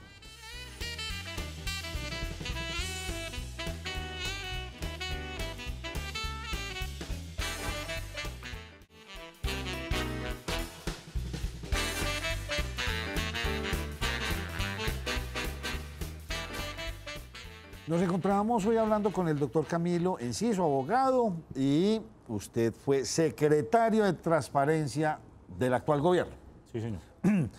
Antes de que usted entre con sus preguntas interesantes, sáqueme de una duda y le voy a hablar como un habitante de la calle. ¿Qué diferencia hay entre esa secretaría y el famoso SAR anticorrupción? O sea, uno como, y todo esto. Bueno, la Secretaría de Transparencia la crean en 2011 con la idea, como ya lo dije, de hacer política pública y de promover la implementación de esa política pública de prevención y combate a la corrupción. El SAR anticorrupción, que existía antes, que también estaba anclado a la presidencia y que era la cabeza de lo que se llamaba en ese momento el Programa Presidencial de Lucha contra la Corrupción, era una figura que era una especie de fiscal al interior del gobierno. Y por eso mismo era una figura muy peligrosa en mi criterio, porque era una persona que tenía unos fiscales de bolsillo que incluso trabajaban ahí desde la Casa La Giralda, a los cuales le llevaba los casos para que los priorizara, para que hicieran investigaciones, etc. Pero a mí me parece que esa forma de funcionamiento de ese programa presidencial de lucha contra la corrupción le permitía demasiada injerencia al gobierno nacional en los asuntos propios del Poder Judicial. Y yo creo que eso es peligrosísimo. Yo creo que el Estado de Derecho hay que protegerlo en uno de sus pilares fundamentales, que es la división de poderes. Y esa es una de las cosas en las que yo tuve siempre absoluto cuidado. La relación con la Fiscalía era una relación de colaboración armónica, pero siempre de respeto y de distancia por la autonomía de esa institución. Esa es la principal diferencia. Y por supuesto que ese modelo anterior no se ocupaba tanto de promover temas como la transparencia del Estado, la integridad del servidor público, etcétera, lo cual sí hace la Secretaría de Transparencia. Señores, ustedes. Mire, Nacho, antes de la pregunta que yo tengo, es que a propósito de hablando de todo eso de fiscales de bolsillo y toda la cosa, pues quedaron en libertad el alcalde y exalcalde de Santa Marta un juez de control de garantías determinó que no había justificación para haberlos encarcelado, ya lo dijimos, Nacho se acuerda, si habría méritos para que lo hubieran cogido, y ahí hay un tema de, están dándole duro al fiscal actualmente por las decisiones que está tomando, pero mi pregunta no era esa, es cuando usted nos hablaba de, no confundamos lo de la Oficina de Transparencia con la corrupción que se vive en todo el país, en todas las esferas, en toda la sociedad. Y usted nos decía, nos tenemos que casi que acostumbrar porque ahí va a estar la corrupción y eso no va a desaparecer como los homicidios y los robos. A mí me asustó ese panorama porque es que uno quisiera que al menos, como dijo algún expresidente por allá, a sus mínimas proporciones. Nos tenemos que acostumbrar a que la corrupción va a estar ahí y va a permanecer y no hay forma de combatirlo, al menos de replegarlo un poquito. No, todo lo contrario. Yo creo que precisamente uno de los gravísimos problemas que tiene Colombia es que no se indigna profundamente en contra de la corrupción. La gente habla de la corrupción, se indigna en conversaciones de salón, en redes sociales, de cafetería, en redes sociales, pero acá no hay una indignación profunda por el problema de la corrupción. Si lo hubiera, la gente estaría enfrente de la Corte Suprema de Justicia protestando por lo que ha pasado con el tema de los magistrados de la Corte, o estaría enfrente de los tribunales, o estaría enfrente del Congreso, estaría exigiendo las cabezas de esos tipos que han dedicado su trabajo, en lugar de servirle a los demás, para saquear el Estado. Entonces yo creo que es todo lo contrario. Lo que necesitamos es una sociedad que se indigne, y yo creo que eso es posible. Y también creo que es posible promover el cambio social. Y hay experimentos de la administración pública que yo creo que han funcionado bien. En Colombia es paradigmático el ejemplo de Antanas Mockus, que efectivamente en poco tiempo logró el cambio de patrones culturales, sí. Promovió una cultura de la ciudadanía, del respeto por lo público en la ciudad de Bogotá, que yo creo que se ha ido perdiendo un poco, pero Mockus nos enseñó que el cambio, la reingeniería cultural, si me permiten esta expresión, es posible, pero el Estado tiene que comprometerse seriamente con eso. En Colombia tiene que haber un gran plan nacional de pedagogía en valores, por ejemplo. Pero usted, Mateo, sí. Vea, no me gusta, pero la tengo que hacer obligatoriamente. Adelante. Y es que cómo entendemos los ciudadanos que saquemos un referéndum, un plebiscito, que están de acuerdo con el proceso, sí, no, y gana el no, y entonces en últimas, entonces, ¿de qué nos sirve a los ciudadanos salir a protestar y a dar la cara? Y pongo este ejemplo porque es el más reconocido, pero muchas cosas como estas han ocurrido, no hay impuestos, no vamos a hacer... Y pasa siempre todo lo contrario, entonces uno dice, pues, ¿cuál es la transparencia? Es como el mensaje que siento yo que está recibiendo la gente. Sí, digamos, frente al tema del plebiscito, me parece que pone usted un buen ejemplo.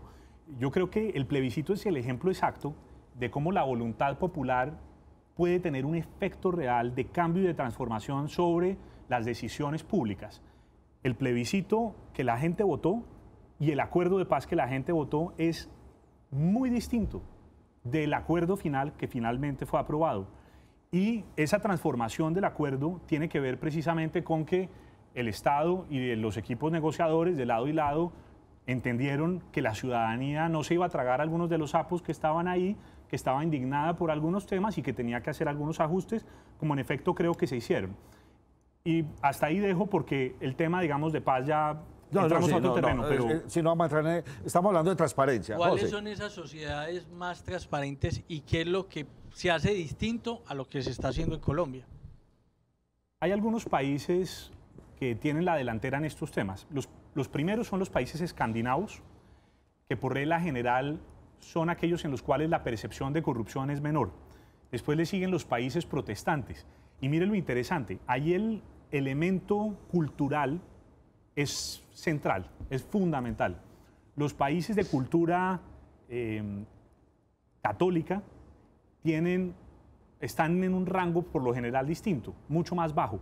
Digamos, a nosotros nos ha influido mucho nuestra tradición hispánica, mientras que los países que tienen una ética protestante, en donde el valor del trabajo es distinto, en donde la forma en que se aproximan a qué realmente es lo que justifica la riqueza de una persona, y entienden que lo justifica es el trabajo propio, el ganarse el pan con el sudor de la frente, eso marca una diferencia con nuestras sociedades.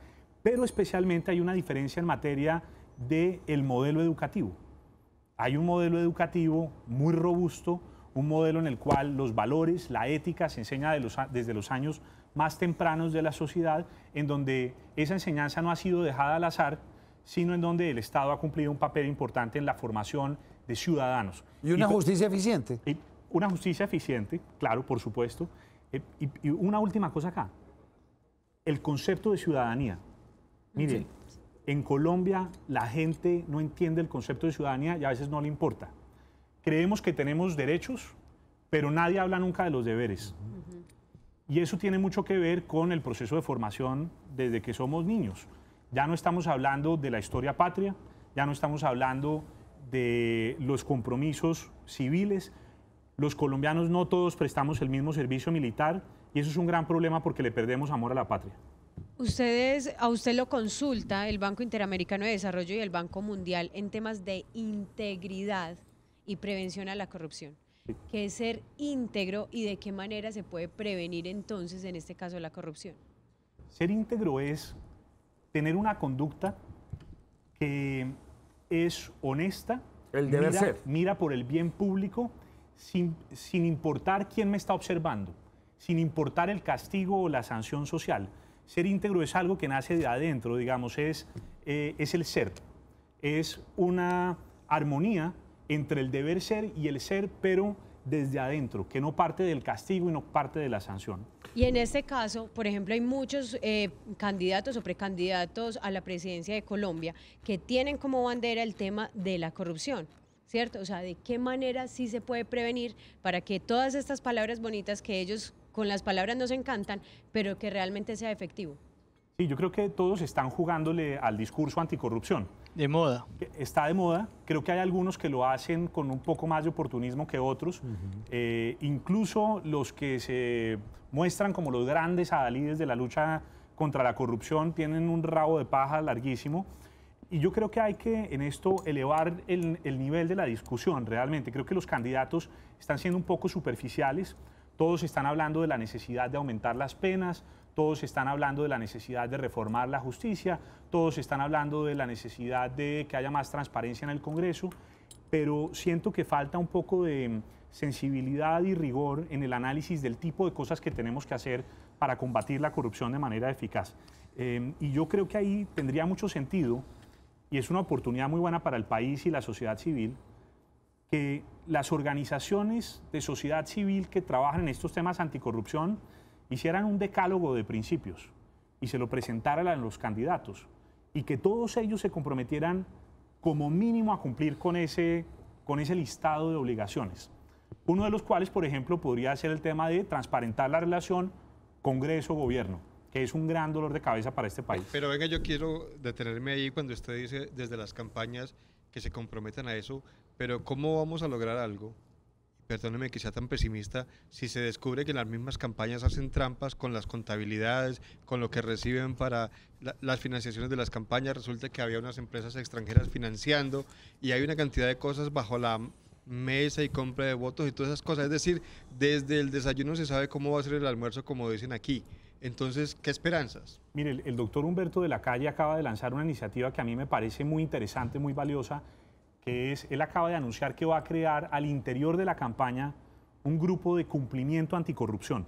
Así como las empresas tienen sus grupos de compliance, de cumplimiento anticorrupción, de prevención de la corrupción, la idea es que la campaña de él lo va a tener y está haciendo la invitación para que todas las campañas lo tengan. Y eso es distinto de la auditoría de las campañas, porque la auditoría mira como los gastos, pero un grupo de cumplimiento anticorrupción podría mirar muchos otros factores de riesgo. ¿Quiénes son las personas que se acercan a la campaña? ¿Cuáles son los candidatos o los políticos con los cuales el candidato realmente puede relacionarse? ¿Cuáles de esos están involucrados con problemas de lavado de activos, de narcotráfico, de financiación ilegal en las campañas, de corrupción por los alcaldes o los concejales o los diputados de los que se acompañan? Usted, mejor dicho, está diciendo que el Cambio Radical se tiene que salir del juego. Prácticamente no, pero sí, no, porque es que hay unos, no, y no estoy inventando nada, ni estoy diciendo en contra, sino que hay unos que o sea, no, se nota. Nacho, pero es que uno lo ve muy ideal, pero uno dice, bueno, ¿con quién el candidato se puede uno relacionar? Pero entonces con los que no se puede relacionar el candidato se relaciona el segundo, el tercero de la campaña y previamente José, y no lo solamente tienen y reciben el dinero. Entonces esos dineros, como han pasado en otras campañas, no entran abiertamente, sino subterráneamente. Y ahí fue donde y no todo fue a mis solamente eso, espaldas. sino porque es que le hizo un daño a la sociedad Ernesto Samper. Ernest y muchos. Y no solamente eso, sino porque es que ahora en estos momentos se las cobran y muy cara todas las fotos que aparecen cuando están muy abrazaditos y no sé qué. Y realmente el tema no es tanto como de con quién aparece, sino realmente el fondo que se está tocando en esas campañas o en esas propuestas electorales. Doctor Enciso, yo quisiera profundizar, irme un poco más allá. Yo doy la pelea en este programa continuamente. No será, usted me imagino que ha recorrido el país y usted dicta charlas por todo Colombia. ¿No piensa usted de pronto que llegó la hora de fortalecer las regiones para que ellos mismos puedan tener como ese, algunas no lo podrán hacer, pero otras sí?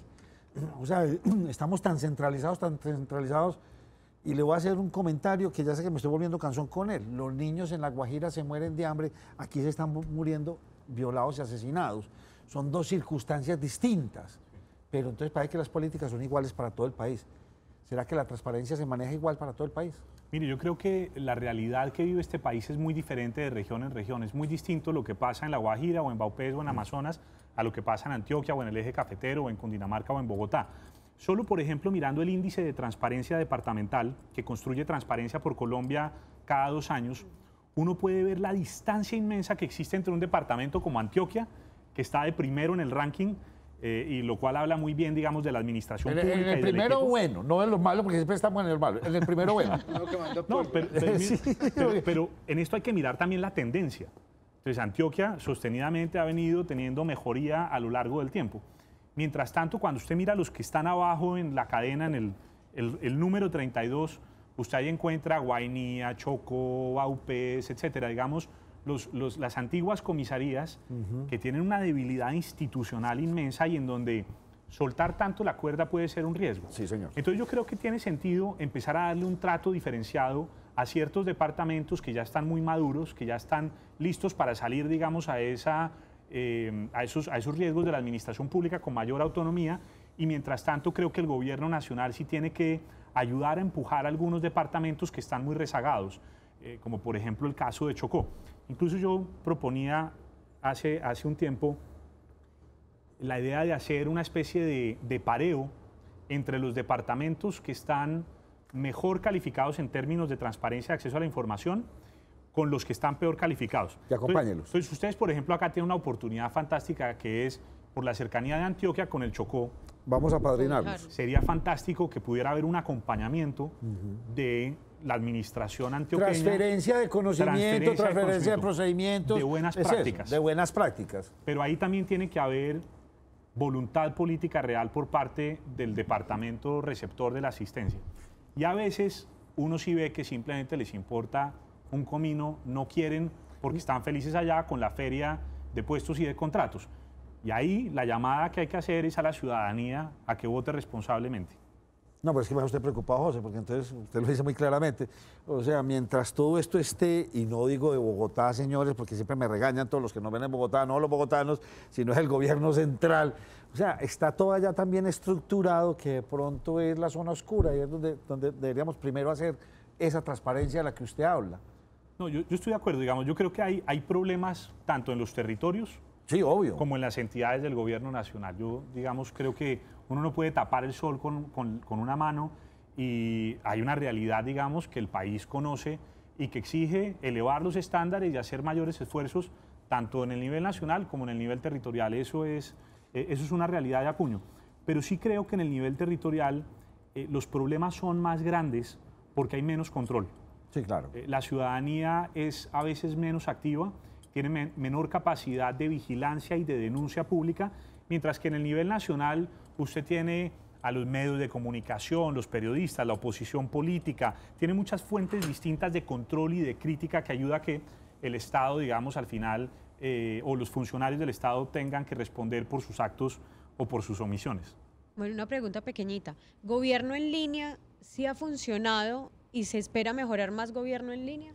Sí, yo creo que Colombia, y esto lo digo con orgullo, es uno de los países referencia en el hemisferio en materia de gobierno en línea. O sea, lo que ha logrado Colombia en los últimos 20 años en la transformación de esa relación del Estado con el ciudadano a través de herramientas digitales es un proceso sin precedentes y es visto por muchos países con muy buenos ojos y muchos vienen a Colombia a aprender. Ahí tenemos avances, por ejemplo, en temas de datos abiertos. Colombia tiene ya un portal de datos abiertos, tiene lo que los especialistas en estos temas llaman los datasets, que son como paquetes de información que al empresariado o a la ciudadanía o a los medios les interesa conocer y les interesa además poder procesar con fuentes abiertas, no en formatos en PDF, sino en Excel para poder hacer las sumas y restas. Ahí hay avances importantes. Con razón Oppenheimer y defiende mucho, dice que el peor enemigo de la corrupción será la sistematización y la tecnología.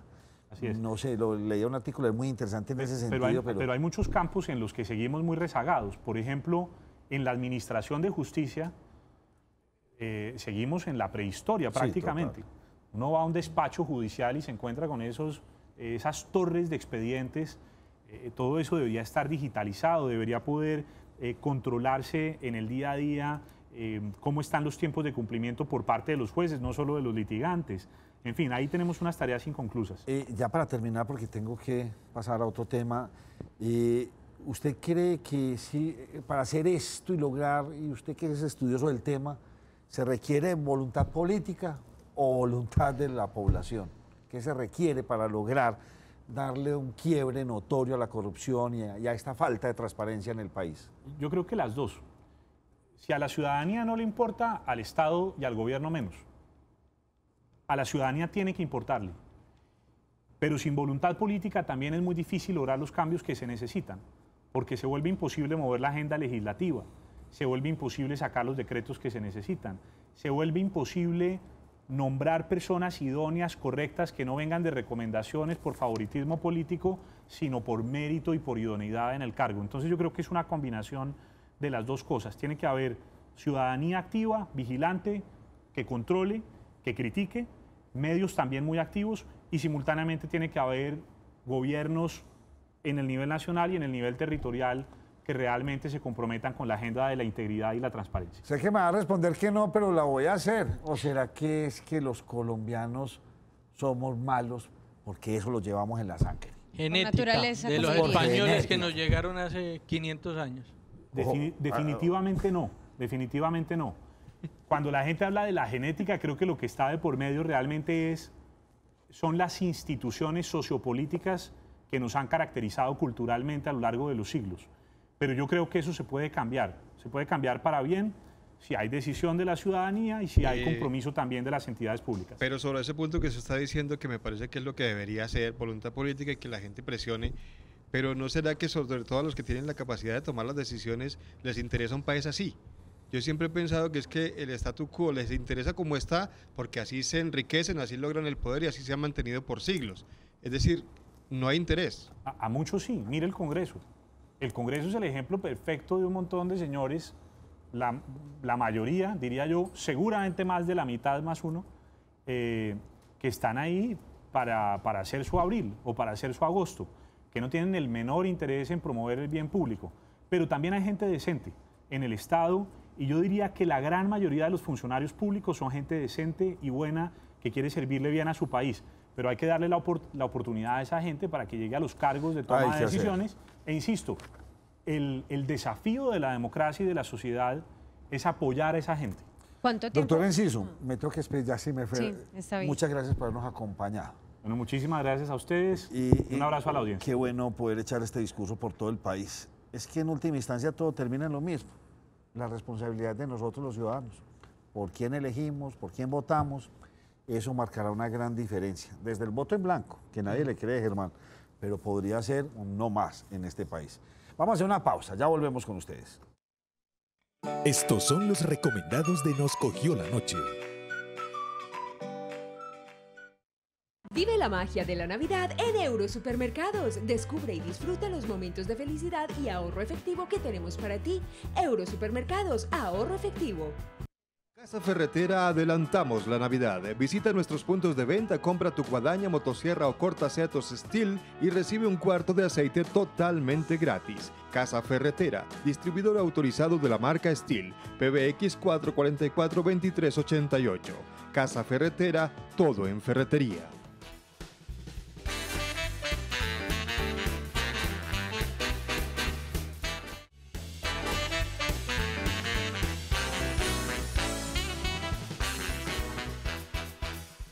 Bueno, señor coordinador, me cuenta cuándo tenemos las fotos que nos mandó Lili. Bueno, Duber, tiene 30 segundos para dos noticias. Nacho, bueno, le cuento la primera, que fue capturado Leandro Santos Palmar González, de 22 años, un ciudadano venezolano. Él llegó a la ciudad de Medellín y pues fue contactado por un analista de tecnología de 39 años para que tuviera sexo con él, pues lo contactó por redes. El encuentro se dio y este hombre pues en la relación comenzó a grabarlo y cuando terminaron se le llevó una cadena de oro y la billetera y días después apareció a pedirle, a extorsionarlo, que le pagara 360.000 pesos para devolverle la cadena y la billetera y para no publicar los videos íntimos en redes sociales. Pues obviamente el analista lo denunció y cuando iban a entregarle el dinero, en ese momento lo capturaron las autoridades y se encuentra en ese momento en la cárcel, fue cobijado con medida de aseguramiento. Perfecto. En centro carcelario. La segunda, Nacho, es que las autoridades acaban de terminar una rueda de prensa en la que informaron que fueron capturados 8 presuntos integrantes de la banda delincuencial La Viña de Manrique, señalados de cometer hurtos en lugares exclusivos de la ciudad, especialmente en el barrio El Poblado. Ellos lo que hacían era que llegaban armados y le quitaban los relojes, las cadenas, los anillos a personas pues extranjeros o a personas que ya tenían estudiadas, analizadas, que podrían tener joyas costosas.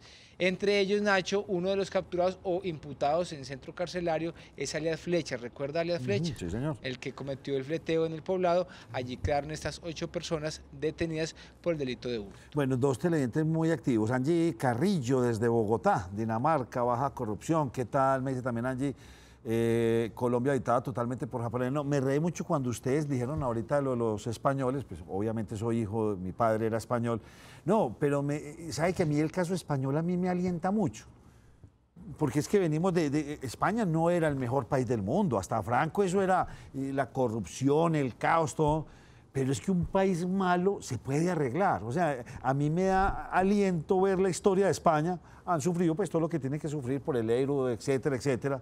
Tuvieron una guerra civil violentísima. O sea, el caso español es complejo y es digno de admirar. Y usted va a España ahora y usted ve un país que cambia considerablemente. Nacho, pero siempre nos vendieron que los españoles que llegaron con Colón y demás no fueron precisamente lo mejor de la sociedad española. Total, por eso. Entonces, pero fueron los malos, listo. Pero todos nos lo heredaron, o sea, y no solamente a Colombia, a muchos países de América Latina. Y por eso vino esa corrupción pero en toda América Latina. Se reinventaron y tienen un país que al menos es, pues, como pensaría uno que es mucho más bueno. Y por el otro lado, don José Zuleta está disparado, nos dice, desmontar el sistema presidencialista, parlamentarios con voto obligatorio. En fin, don José Zuleta, muy interesante, temas que hemos hablado por acá. ¿Usted me quiere contar algo? Dos datos, Nacho, rápidamente. El DANE entregó las cifras de desempleo a nivel país. Se ubicó en el 8.6% para el mes de octubre. Venimos del 8.3% en octubre del año anterior. En el caso de la ciudad de Medellín, esta tasa fue del 10,5% y venimos del 9.4% en octubre del año 2016. Y el Metro también entregó datos acerca de los horarios que tendrá ahora en el mes de diciembre. El viernes 1, 15 y 22 de diciembre y los sábados 2, 9, 16 y 23 el horario será hasta la medianoche. El 7 de diciembre también será hasta la medianoche. El jueves 8 se operará el sistema hasta las 11 de la noche. El 24 y el 31 de diciembre se prestará servicio hasta las 9 de la noche. Y el lunes festivo 25 de diciembre y 1 de enero la operación comenzará a las 6 de la mañana. Desde New Orleans, Alberto Uribe, gracias por vernos y a todos los que nos escribieron. Las fotos de Liliana, vean, ya está trabajando muy juiciosita. Con respecto al metro, le digo que se vienen cositas calientes. Pero ahí todavía lo están terminando. ¿Calientes de qué tipo, Nacho? Denuncias la semana entrante se las voy a tener por aquí, porque qué pesado. Hay veces fallan unas cosas. Señores, no es más por hoy. Nos vemos mañana, con un programa especial que les tenemos a ustedes con el señor Federico Guerra. Mañana sí, señor Federico. Porque estamos secretario en la fiesta de los turismo. empleados del canal Cosmovisión, estaremos ahí, pero les tenemos un programa muy, pero muy bueno el que grabamos. Correcto, Nacho. Mañana no tendremos participación en Facebook, pero igual, bueno, pero no se me vayan, porque voy para el Consejo. Tengo unas cosas maravillosas que mostrarles desde el Consejo de Medellín.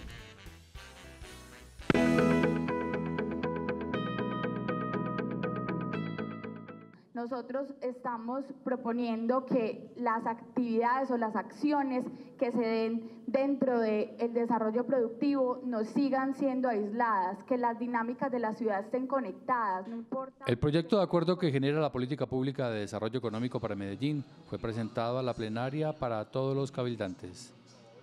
Lo contemplado en el documento busca que en Medellín se mejoren las condiciones económicas a partir de 3 dimensiones: desarrollo productivo, generación de empleos e ingresos y competitividad territorial.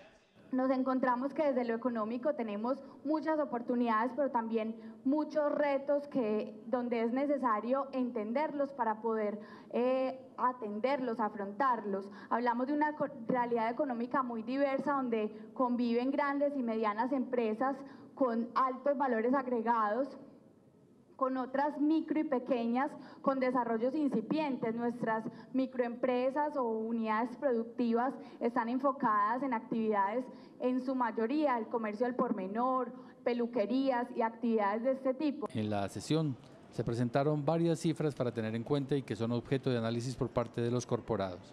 La primera es que en la última década se incrementaron las empresas en un 4% anual, pasando de 57.177 en 2006 a 92.075 en 2016.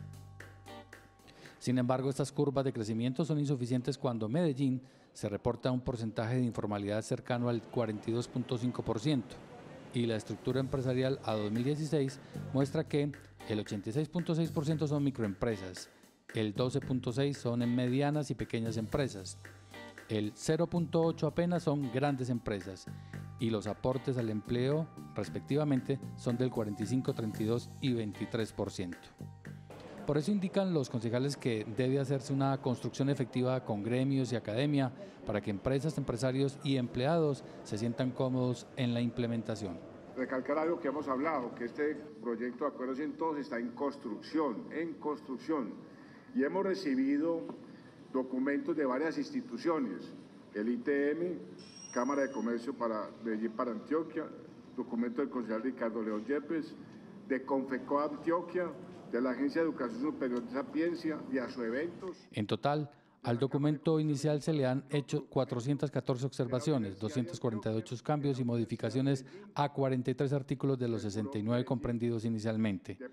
Lo que busca esta serie de intervenciones es que los índices negativos registren curvas ascendentes o de cambios o indicadores positivos y se fortalezca la industria.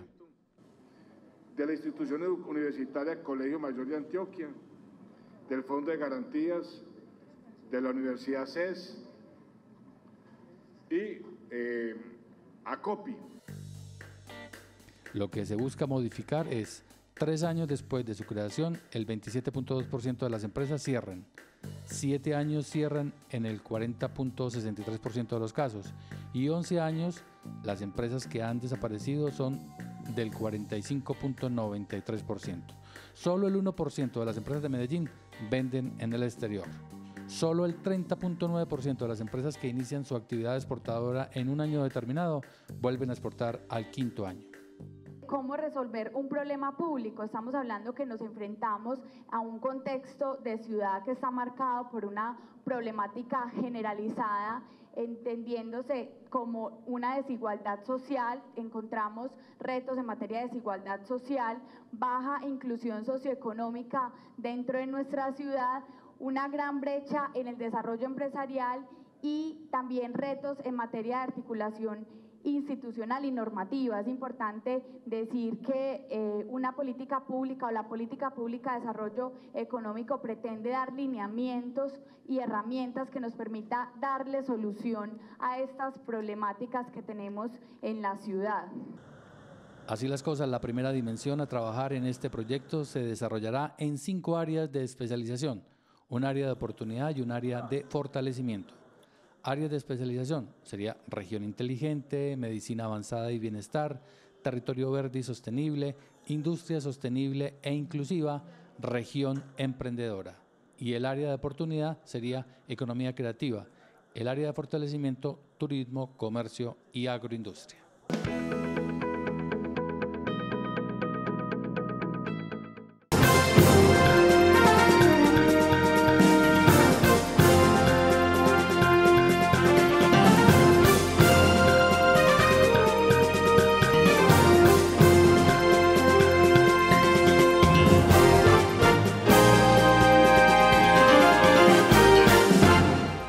¿Qué tal? Buenas noches, soy Germán Mendoza, bienvenidos a Cosmovisión Noticias y con toda la información deportiva me acompaña José Luis Alarcón. José Luis, buenas noches y hablemos de Carlos Vaca. ¿Cómo le fue? Carlitos Vaca, mi estimado Germán, con las buenas noches para usted y para todos los televidentes. Sigue con ritmo goleador. A escasos días del sorteo para el Mundial de Rusia 2018, volvió a marcar con el Villarreal, esta vez por la Copa del Rey. Muy bien, lo veremos más adelante en la sección de deportes de nuestro noticiero. Y vamos con las noticias. Otro recién nacido abandonado en Antioquia. Ocurrió en el barrio Moravia de Medellín. Un hombre encontró al bebé de 10 días de nacido abandonado en una zona verde de esta zona de la ciudad. En menos de 15 días, 2 casos de abandono a bebés se han registrado en la ciudad de Medellín.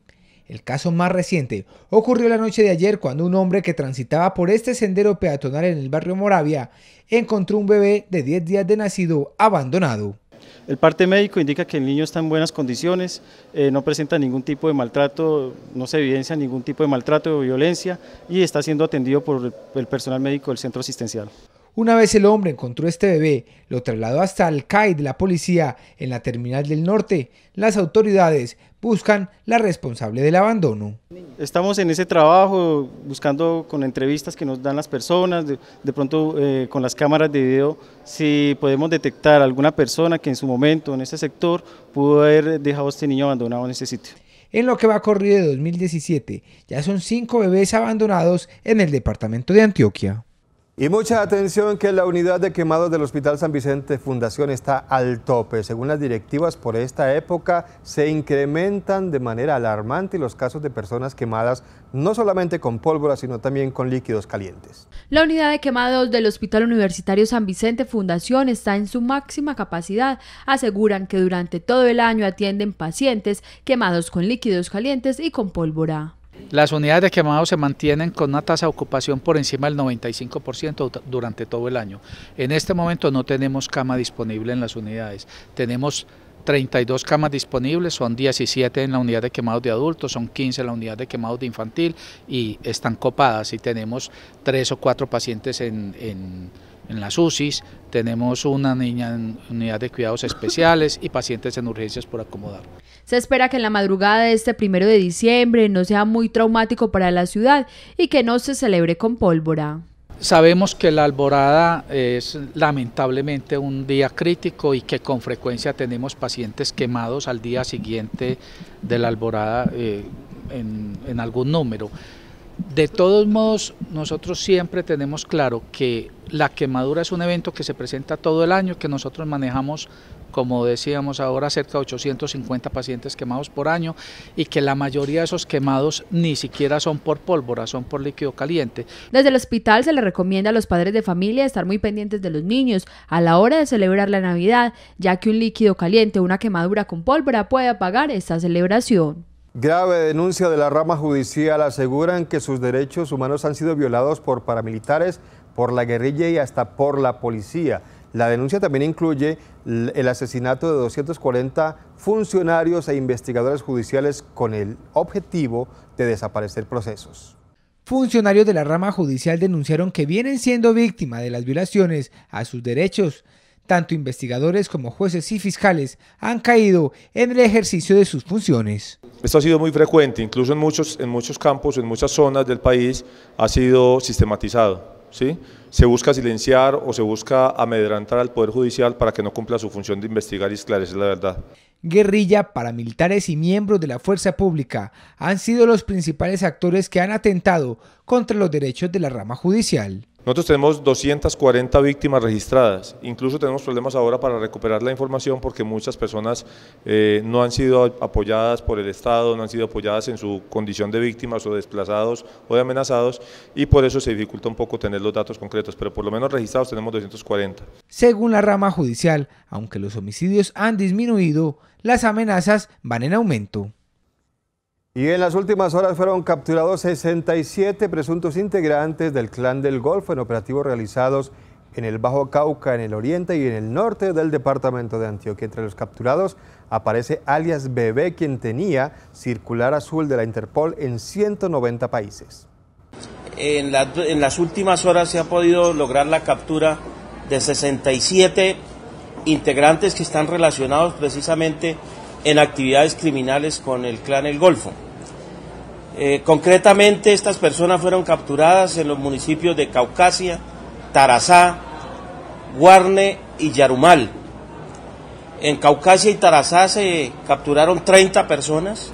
Ellos precisamente están vinculados presuntamente en la masacre que fue perpetrada en el municipio de Caucasia el pasado 7 de octubre. También en Guarne y Yarumal, allí fueron capturadas 37 personas que hacen parte de bandas delincuenciales que comercializan estupefacientes. Es momento de hacer una pequeña pausa para comerciales, pero ya regresamos con mucha más información en Cosmovisión Noticias. Ya estamos de regreso, muchas gracias por continuar con nosotros. Mucha atención, se dieron a conocer importantes cifras de la votación para elegir proyectos del presupuesto participativo en Medellín. Cifras como, por ejemplo, 34.000 votantes, 21.000 más que en elecciones pasadas. También se supo que el 57% de los votantes fueron mujeres y el 46% fue población adulta. Hoy nosotros con esa cifra quedamos satisfechos. Esa cifra nos permite entender que más del 60% históricamente nunca había participado en presupuesto participativo. Son nuevos públicos. Esos nuevos públicos nos asumen y nos hacen asumir a nosotros nuevos retos como administración.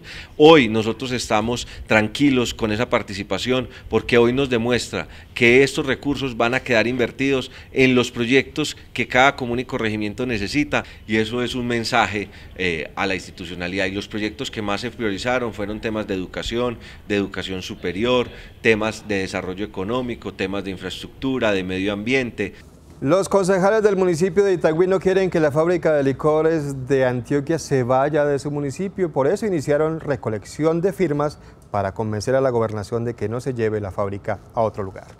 De tal manera que nosotros, un grupo de ciudadanos de diferentes partidos, entre los cuales se encuentran ediles del Partido Conservador, la ASI, Centro Democrático, entre otros, y dirigentes, decidimos emprender de alguna manera una lucha por no al traslado de la fábrica de licores. El mecanismo que encontramos es solicitarle a la Registraduría Departamental y Nacional un cabildo abierto, o sea, la recolección de firmas, la autorización para recoger firmas y el formulario respectivo. El día de ayer la Registraduría Departamental nos hizo entrega de este formulario y nos autoriza para que empecemos oficialmente la recolección de firmas con el fin de que no se lleven la fábrica de licores del municipio de Itagüí. Confama, la Federación de Cafeteros, el Clúster de Café de Antioquia y la Fundación Fraternidad firmaron una alianza por el café del departamento de Antioquia. 400 jóvenes se beneficiarán con programas educativos.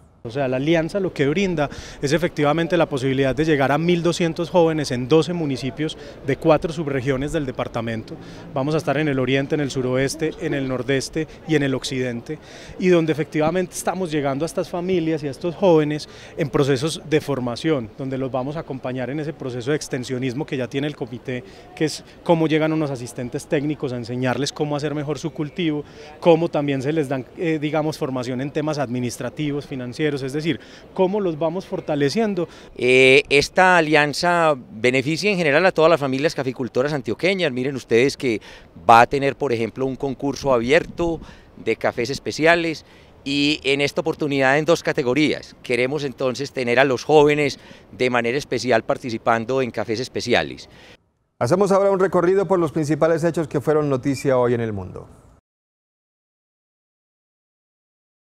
El Papa Francisco pidió el jueves a la comunidad internacional que actúe para resolver la crisis humanitaria de los rohingyas. De visita en Bangladesh, país al que llegaron unos 620.000 integrantes de la minoría musulmana desde Birmania, escapando de la represión del ejército, el sumo pontífice pidió medidas eficaces. Al igual que en Birmania, Francisco se abstuvo de mencionar la palabra Rohingya, considerada tabú, y prefirió hablar de refugiados que llegaron en masa desde el estado de Rakhine. Preocupado por no atizar las tensiones ante un fuerte nacionalismo budista en Birmania, el Papa se contuvo y solo habló de la violencia. También elogió a Bangladesh por recibir a los musulmanes pese a ser uno de los países más pobres del mundo. Los invitamos a continuar con nosotros porque después de la pausa comercial llega toda la información deportiva que nos trae José Luis Alarcón. Nos va a hablar también de Copa Libertadores. De la gran final que se disputó el día de ayer, que terminó el título de la Copa Libertadores en manos del conjunto Gremio de Brasil. Tercer título para el equipo azul del gran país futbolista. Pausa y seguimos con la información deportiva. Ya volvemos.